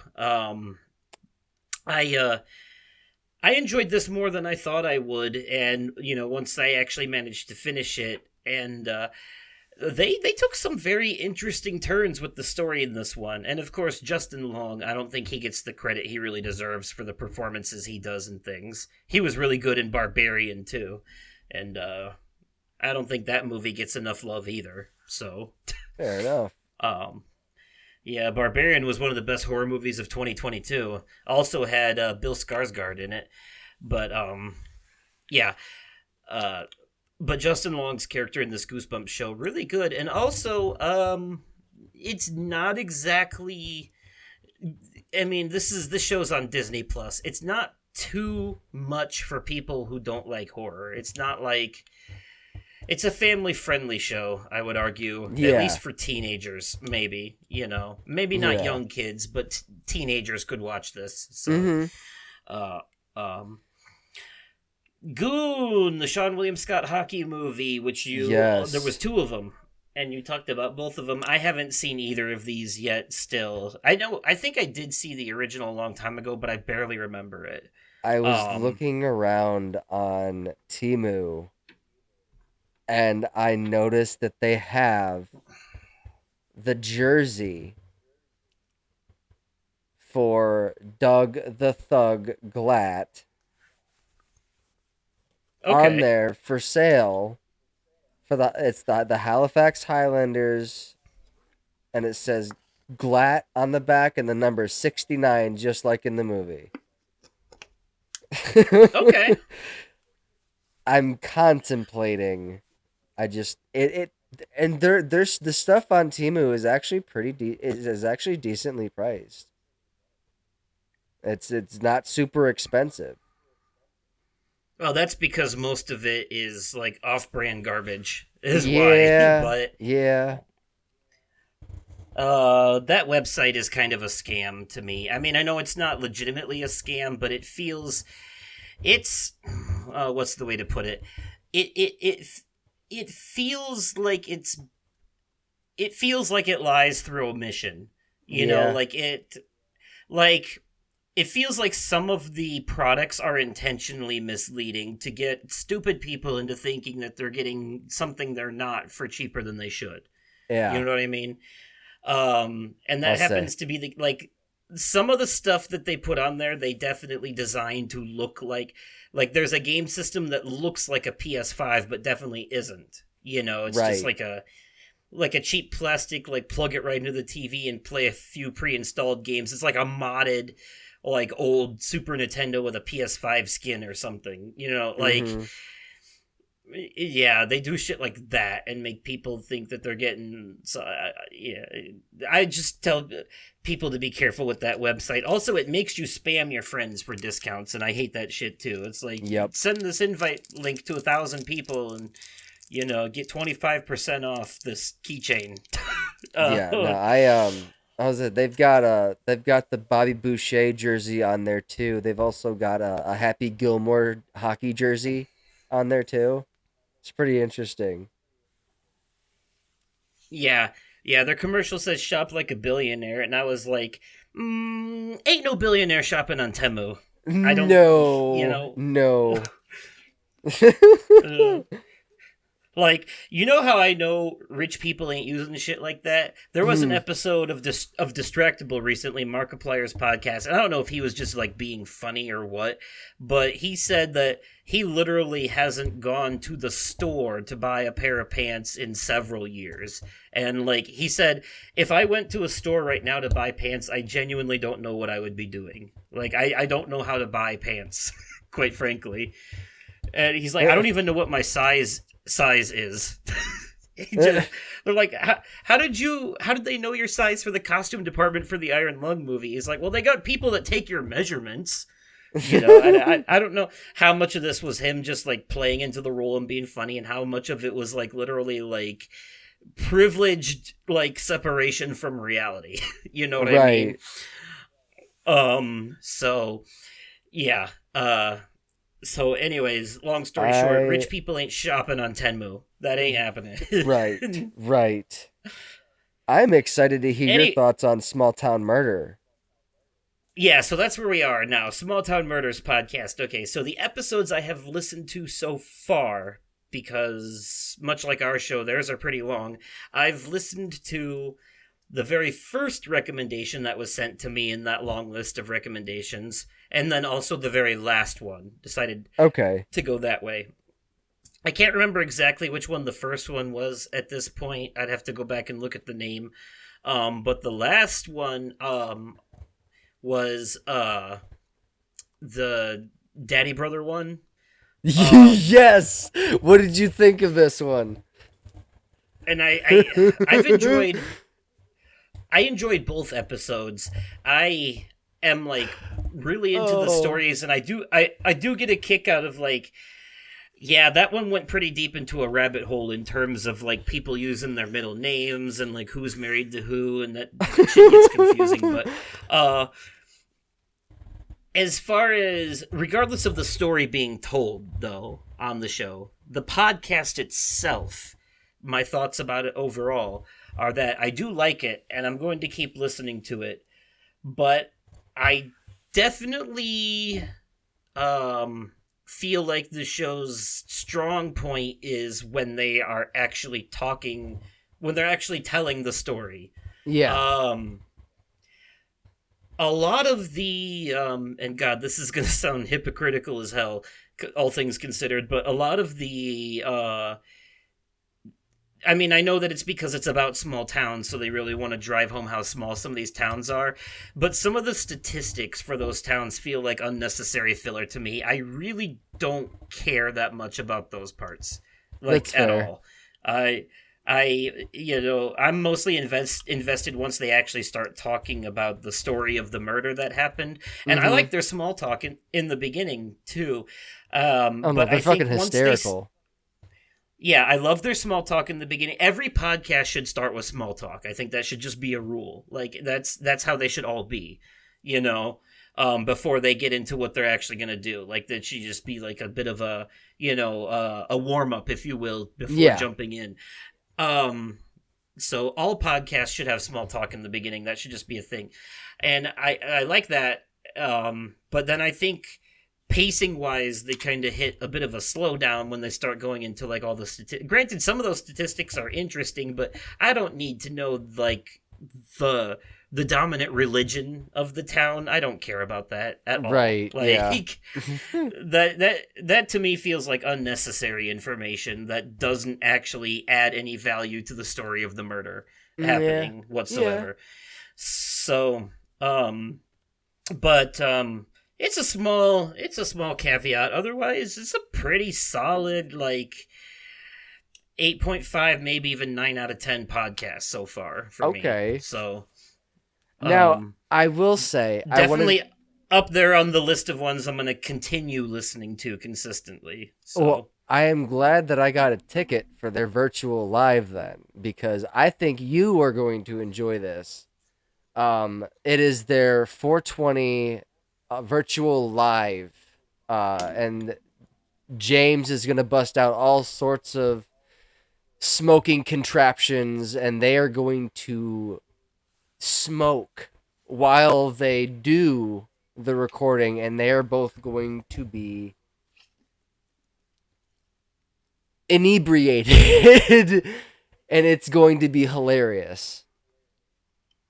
yeah, I think you sent me a link for this already. Yes, I So, did. yeah, I'll definitely have to tune in on the day that airs. That sounds And interesting. it's going to be Um, you don't even have to watch it on the day that it airs. It's available 2 weeks after it goes live.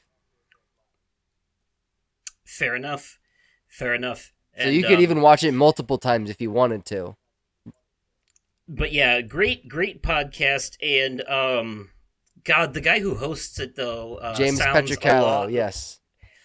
Yeah, he sounds a lot like this guy from old Adult Swim cartoons, specifically Aqua Teen Hunger Force. Oh? Um, this guy named George Lowe. He sounds a lot like George Lowe. when he talks. Not necessarily in the same tone, like George Lowe has a much deeper voice, but Uh-huh.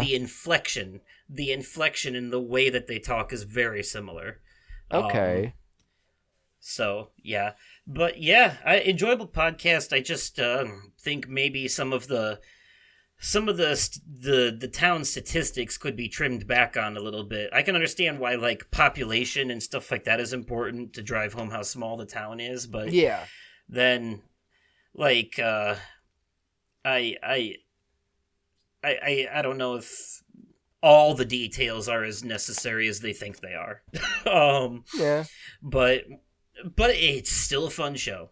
Um you know, I mean, that is a small potatoes complaint, quite frankly. It doesn't Mhm. really take away from the overall quality of the show at all. So and I'm not the kind of asshole that's just going to fast forward through the parts I don't like. I like to give, respect to everything Yeah. that they put effort into. So Sh- um Shit, I'm excited to go to the live show that Sarah and I have tickets for in October in Kansas City. oh, nice. Okay. Yeah, we're going to one of their live shows. We're gonna actually go and see I them in wonder person.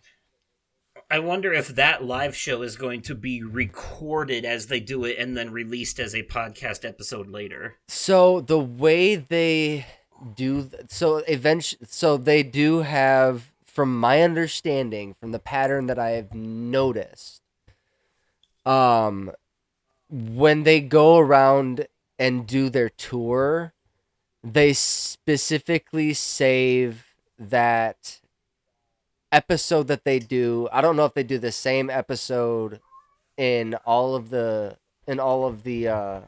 tour spots, but I know Mm-hmm. that they typically save that episode and release it in a podcast episode later, because I know the Halloween virtual live that Sarah had gotten a ticket to for that we watched together. They released that episode that they did for the virtual live in an actual podcast episode later on. Okay. Okay. All right then. But yeah, definitely gonna keep listening to this one. I enjoy um, a good story of weird shit happening in small towns. So, let's see. Barbie. I think we both talked about this one before in the Yes. 2023 in review. Really good movie. It was another contender for best movie of the year for me between Talk to Me and Spider Verse. But um, I still think that the speech that happens at the end of this movie is one of the most powerful speeches about the difficulties and contradictions of what it's like to be a woman, and I think a lot of people need to hear it. Um, Absolutely. very, very powerful stuff. Yeah. Really, really enjoyed that movie. I think a lot of people stick their head in the sand of it because they're too afraid to hear what it wants to tell them. Yeah. Quite frankly. Pretty much. Um, Once Upon a Studio, still, Great I think was a special. great Great Yep, really special. great special. I've watched it a couple more times. Also, like paused it, went frame by frame, tried to see how many different characters I could see. There you go. Holy shit, there's a lot. Like you really have to sit there and watch this shit in slow motion to catch everything. It's there. Really. Um, yeah, it's like every time I rewatched it, I noticed different characters that I didn't see the first time because that's just how Okay. much is squeezed in there. It's literally physically impossible to see everything in one watch of that because of how much is on screen at one time in some scenes. So your eyes can't look at every part of the screen at once. So you're going to focus on one thing or another and miss the rest every time. Yeah. So, Oh, absolutely. um the Dark Pictures anthology games, I think by Great this point games. you've actually played Finished. all of them now. Sure have. So um Man, so great series. which is your your favorite, My then, would you favorite? say? I think, I would yeah. have to say it is a toss-up between Man of Medan Uh-huh. and The Devil in Me. Good choices. I would say The Devil in Me is probably my favorite, followed by, um, House of Ashes. um, yeah, House of Ashes is probably my second favorite. It's The Devil in Me, House of Ashes, Man of Medan, and then Little Hope is my least favorite. I was say Little Hope is very low on my list too. So yeah, I'd have to agree with you on that. So yeah, yeah, an enjoyable playthrough. Can't wait for season 2, which will be starting with a sci-fi horror story taking place in space. Can't wait. Oh yeah, Um, no, I can't wait also can't either. also can't wait to see what's going on with the curator in that, Oh too, yes, and whoever he works for. Um, Colin from Accounts. I have not seen any of this. Have you seen more of it since you talked about it? negative Ghost Rider. All right, I'll pass that one up then. The Marvels! I gushed over this movie when I gave it a review after seeing it in theaters, and you have since seen it, so what are your thoughts? I loved the stampede of Flurkins. Overload, Yeah, cuteness overload. I loved horrifying it. cuteness overload because they're like literally Right. swallowing people and putting them in a pocket dimension I mean, to, they to they regurgitate them later. they fucking that was some smart thinking though. Let's be honest, that was some smart thinking. Like how can Smart they but horrifying. smart but horrifying? Like how can they fit like 350 like staff members in what was it 15 pods? Yeah, basically. Feed them to the Flurkins. There you go. Yeah, and I really like Nick Fury in this movie too. Yes. Uh and I think the thing that stood out the most to me was how they basically grounded like the most powerful hero in the MCU, Captain Marvel, by giving her a handicap by making her have to like swap places with the other characters whenever they use their powers. That was really creative Yeah. and added a level of stakes that wouldn't have been there otherwise to the story. Mm-hmm. And also I love Kamala Khan. She is adorkable. She was an absolute ham in this movie. She was fucking hilarious. Yes. Yes. Yeah, like when they're on the planet where they all sing and she's like the only one that's like getting into it and dancing while the other two are like looking awkward and uncomfortable. And Yeah. was it she named like the other was it oh shit. Her name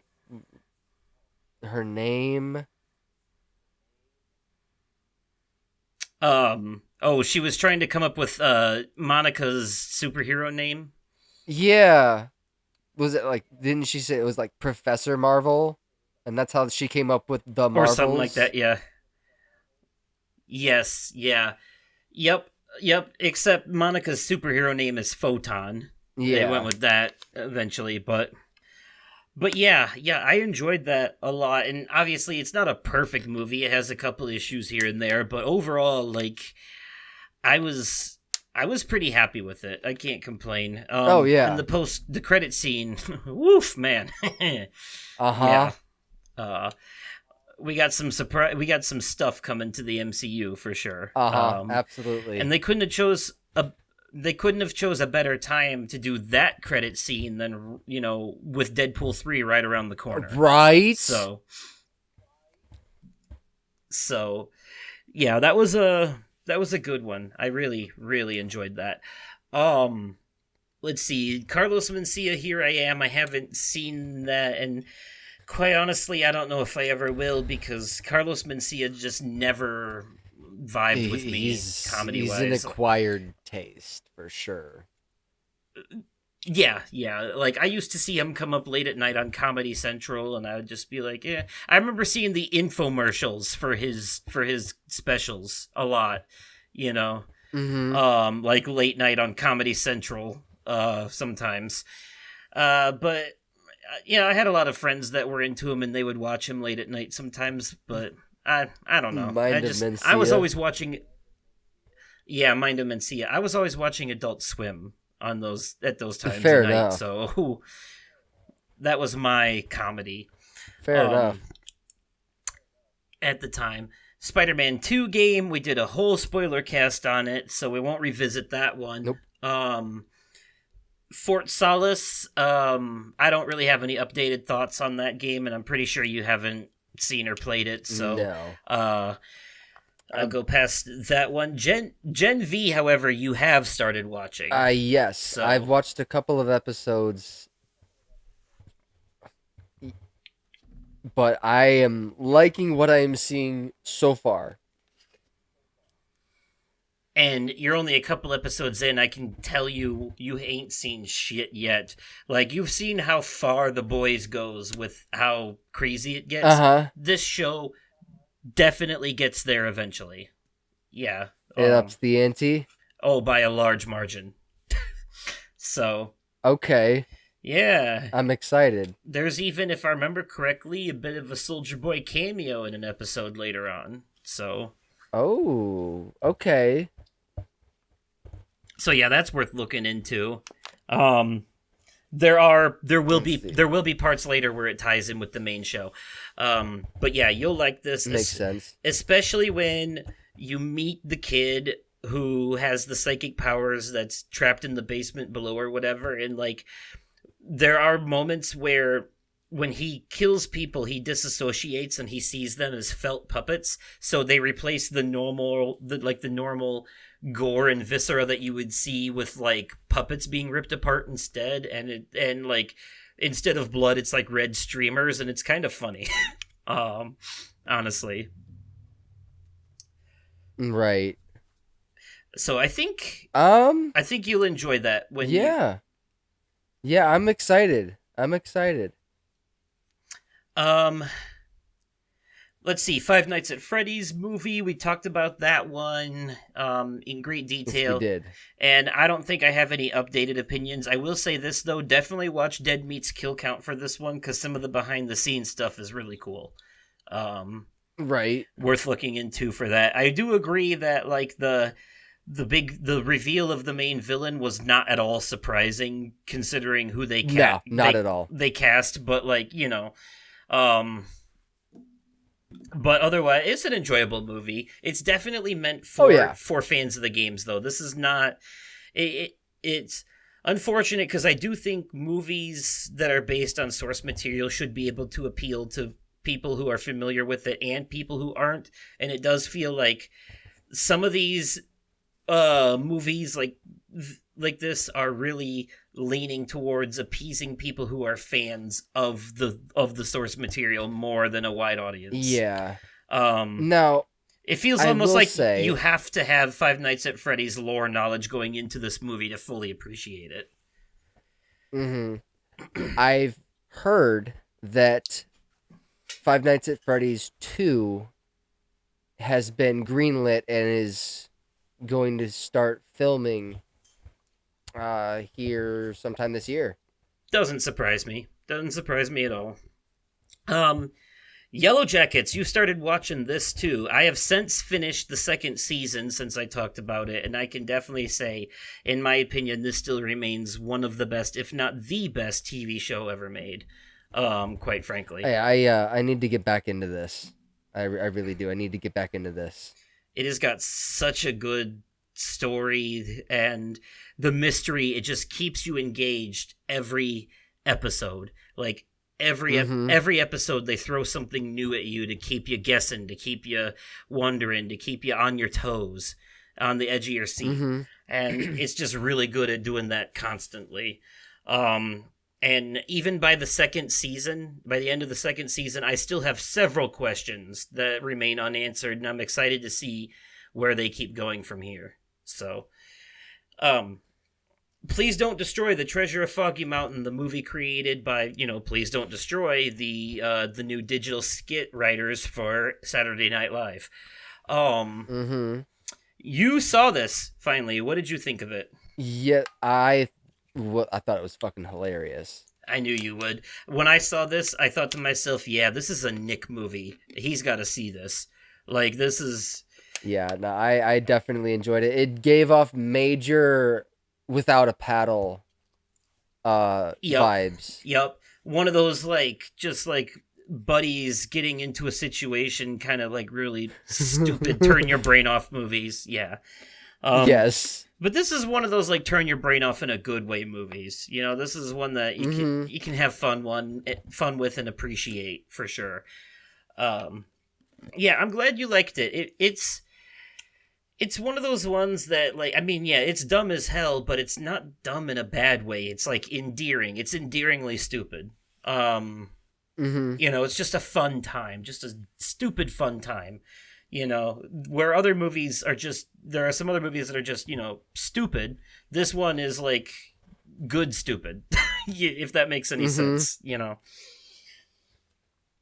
So, yeah, this is one of those movies where this type of humor actually works. Like Yeah, because it lands. They stick the landing, you know. yes, they do. Um, Absolutely. Gran Turismo. I talked about this a bit in the sports thing, but I saw this, you know, because this was your thing when we talked about it in the Christmas episode.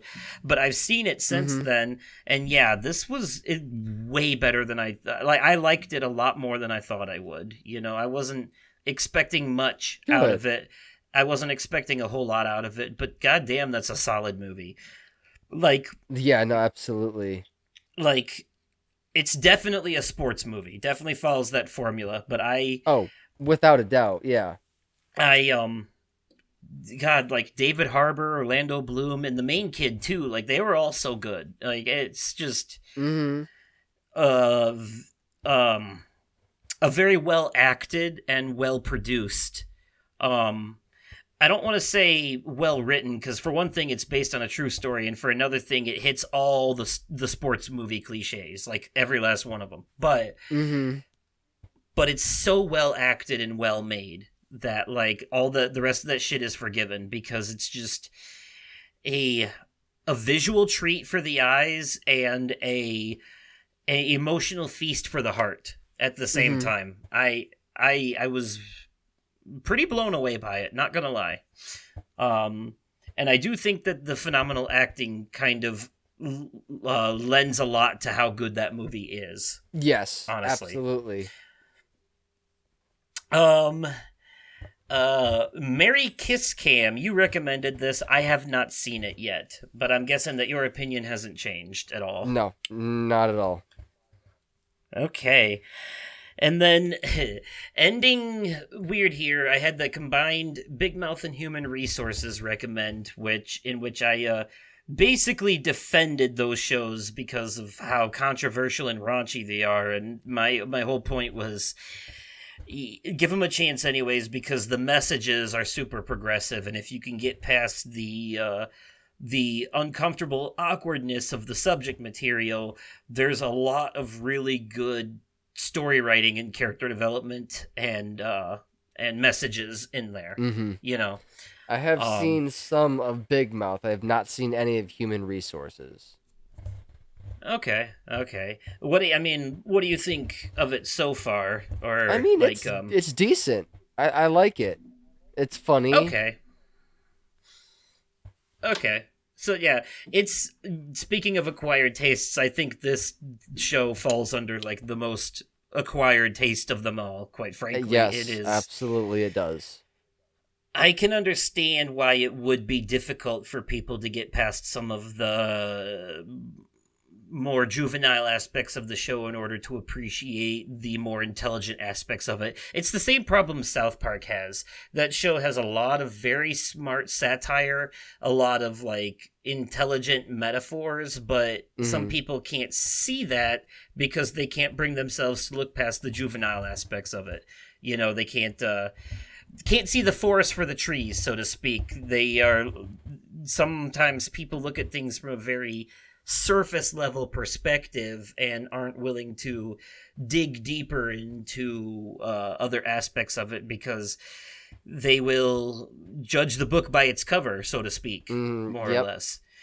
And I think that's one of the things I really try to push for on here when I am like reviewing something or recommending something, is that I realize sometimes the things I recommend are very much acquired tastes, but I also like to implore people to not be so quick to judge these things off of such superficial and surface level things, to actually like dig into it, give them a chance and see what they have to offer in the deeper, like once you really get into it, instead of looking at these things in terms of black and white. Look at them with nuance, look at them with media literacy, and try to dissect, what it's really trying to show you. And that's one of the reasons I can't wait until we record the Has-Been Hotel episode. Yes. Because that's one of those shows I think falls under that category. It's one of the ones that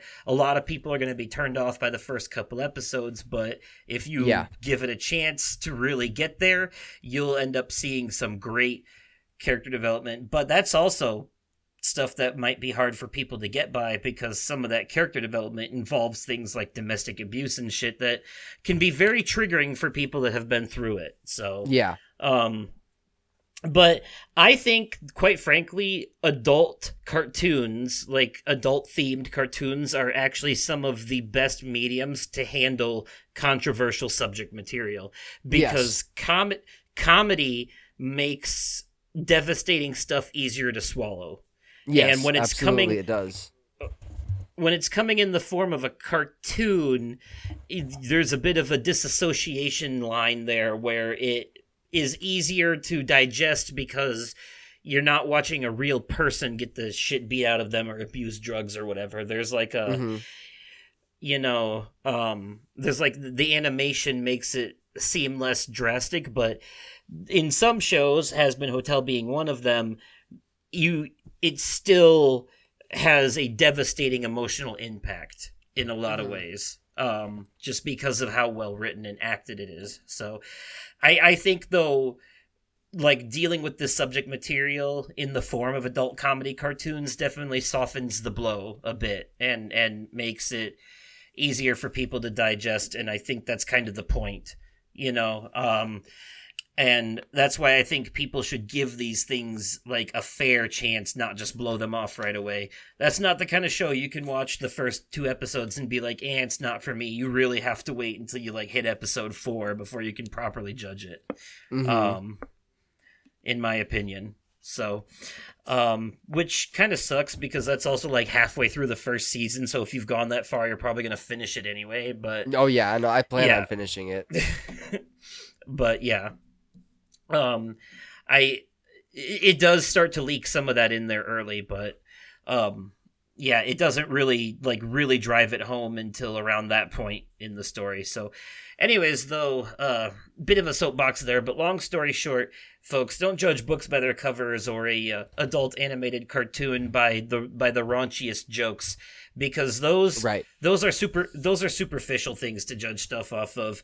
Give it a chance and let it grow on you with the character development, with the stories, with the themes, with the messages that it's trying to convey.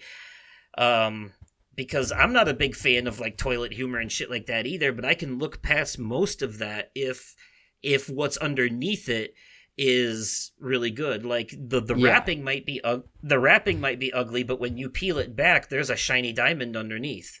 That's what I'm saying. There's a diamond inside the coal. Diamonds come from coal. So that is, that it's rough around the edges, but once you get to the middle, it's beautiful. And I think that's what a lot of shows like Has-Been Hotel have to offer, is a rough exterior with a beautiful interior, if you are really willing to give it the chance, So makes sense. So Anyways, yeah, that's your homework, audience. Watch the first season of Has Been Hotel, so you'll be ready for our bonus episode, Yes. or depending on when it came out, because it may came out before this one. I don't know yet. We'll see. But that's everything on our Media Corner Revisited list. We got through all of it. Yes, we did. And now we can rest easy because after we record that Has Been Hotel episode, we're taking a much needed hiatus for a little while. It'll be a hiatus for us, but probably not so much for you, the audience, because we stockpiled episodes. So you'll still be getting consistent content while we take a little vacay. But in the meantime, though, let me know what you thought of this episode, either in the comments down below if you're watching on YouTube, and remember to click that like button too if you are, or you can email me, and I will try to read it if I can find it in my plethora of emails. That's MROVERSOUL53@gmail.com. I check it every day, so, shoot me something over there. And, also at Oversoul53 on Twitter as well. And you can find me on Twitter at the Vaping Fiend, and you can find me over on the TikTok for however long we have TikTok here in the United States anymore, because apparently they're working on banning it. But for the time being, you can find me on TikTok at the.vaping.fiend. Yeah, I won't get into the weeds of it, but I will say though, that's some scary shit, because as little as I give a shit about TikTok, and I wouldn't miss it if it disappeared, I think if that goes through, it sets a dangerous precedent that the book 1984 warned us about, and it starts with TikTok, and next thing you know, certain foods are getting banned, certain websites, certain TV shows, certain cars, and, it starts with something small, because they're going to test the waters and see how much of this shit people are willing to put up with, and I would be wary of that, folks. I would be wary of that if I were you. Yeah. It is it's the kind of thing that should worry people, quite frankly. Regardless of how you feel about TikTok, that is a gross overstep of power, for sure. No, absolutely. So, but anyways, with all that doomsday nonsense being thrown out there for people to chew on at the end, that's it for this episode. Thank you for listening, and stay safe out there, folks. Have yourselves a good one. Bye.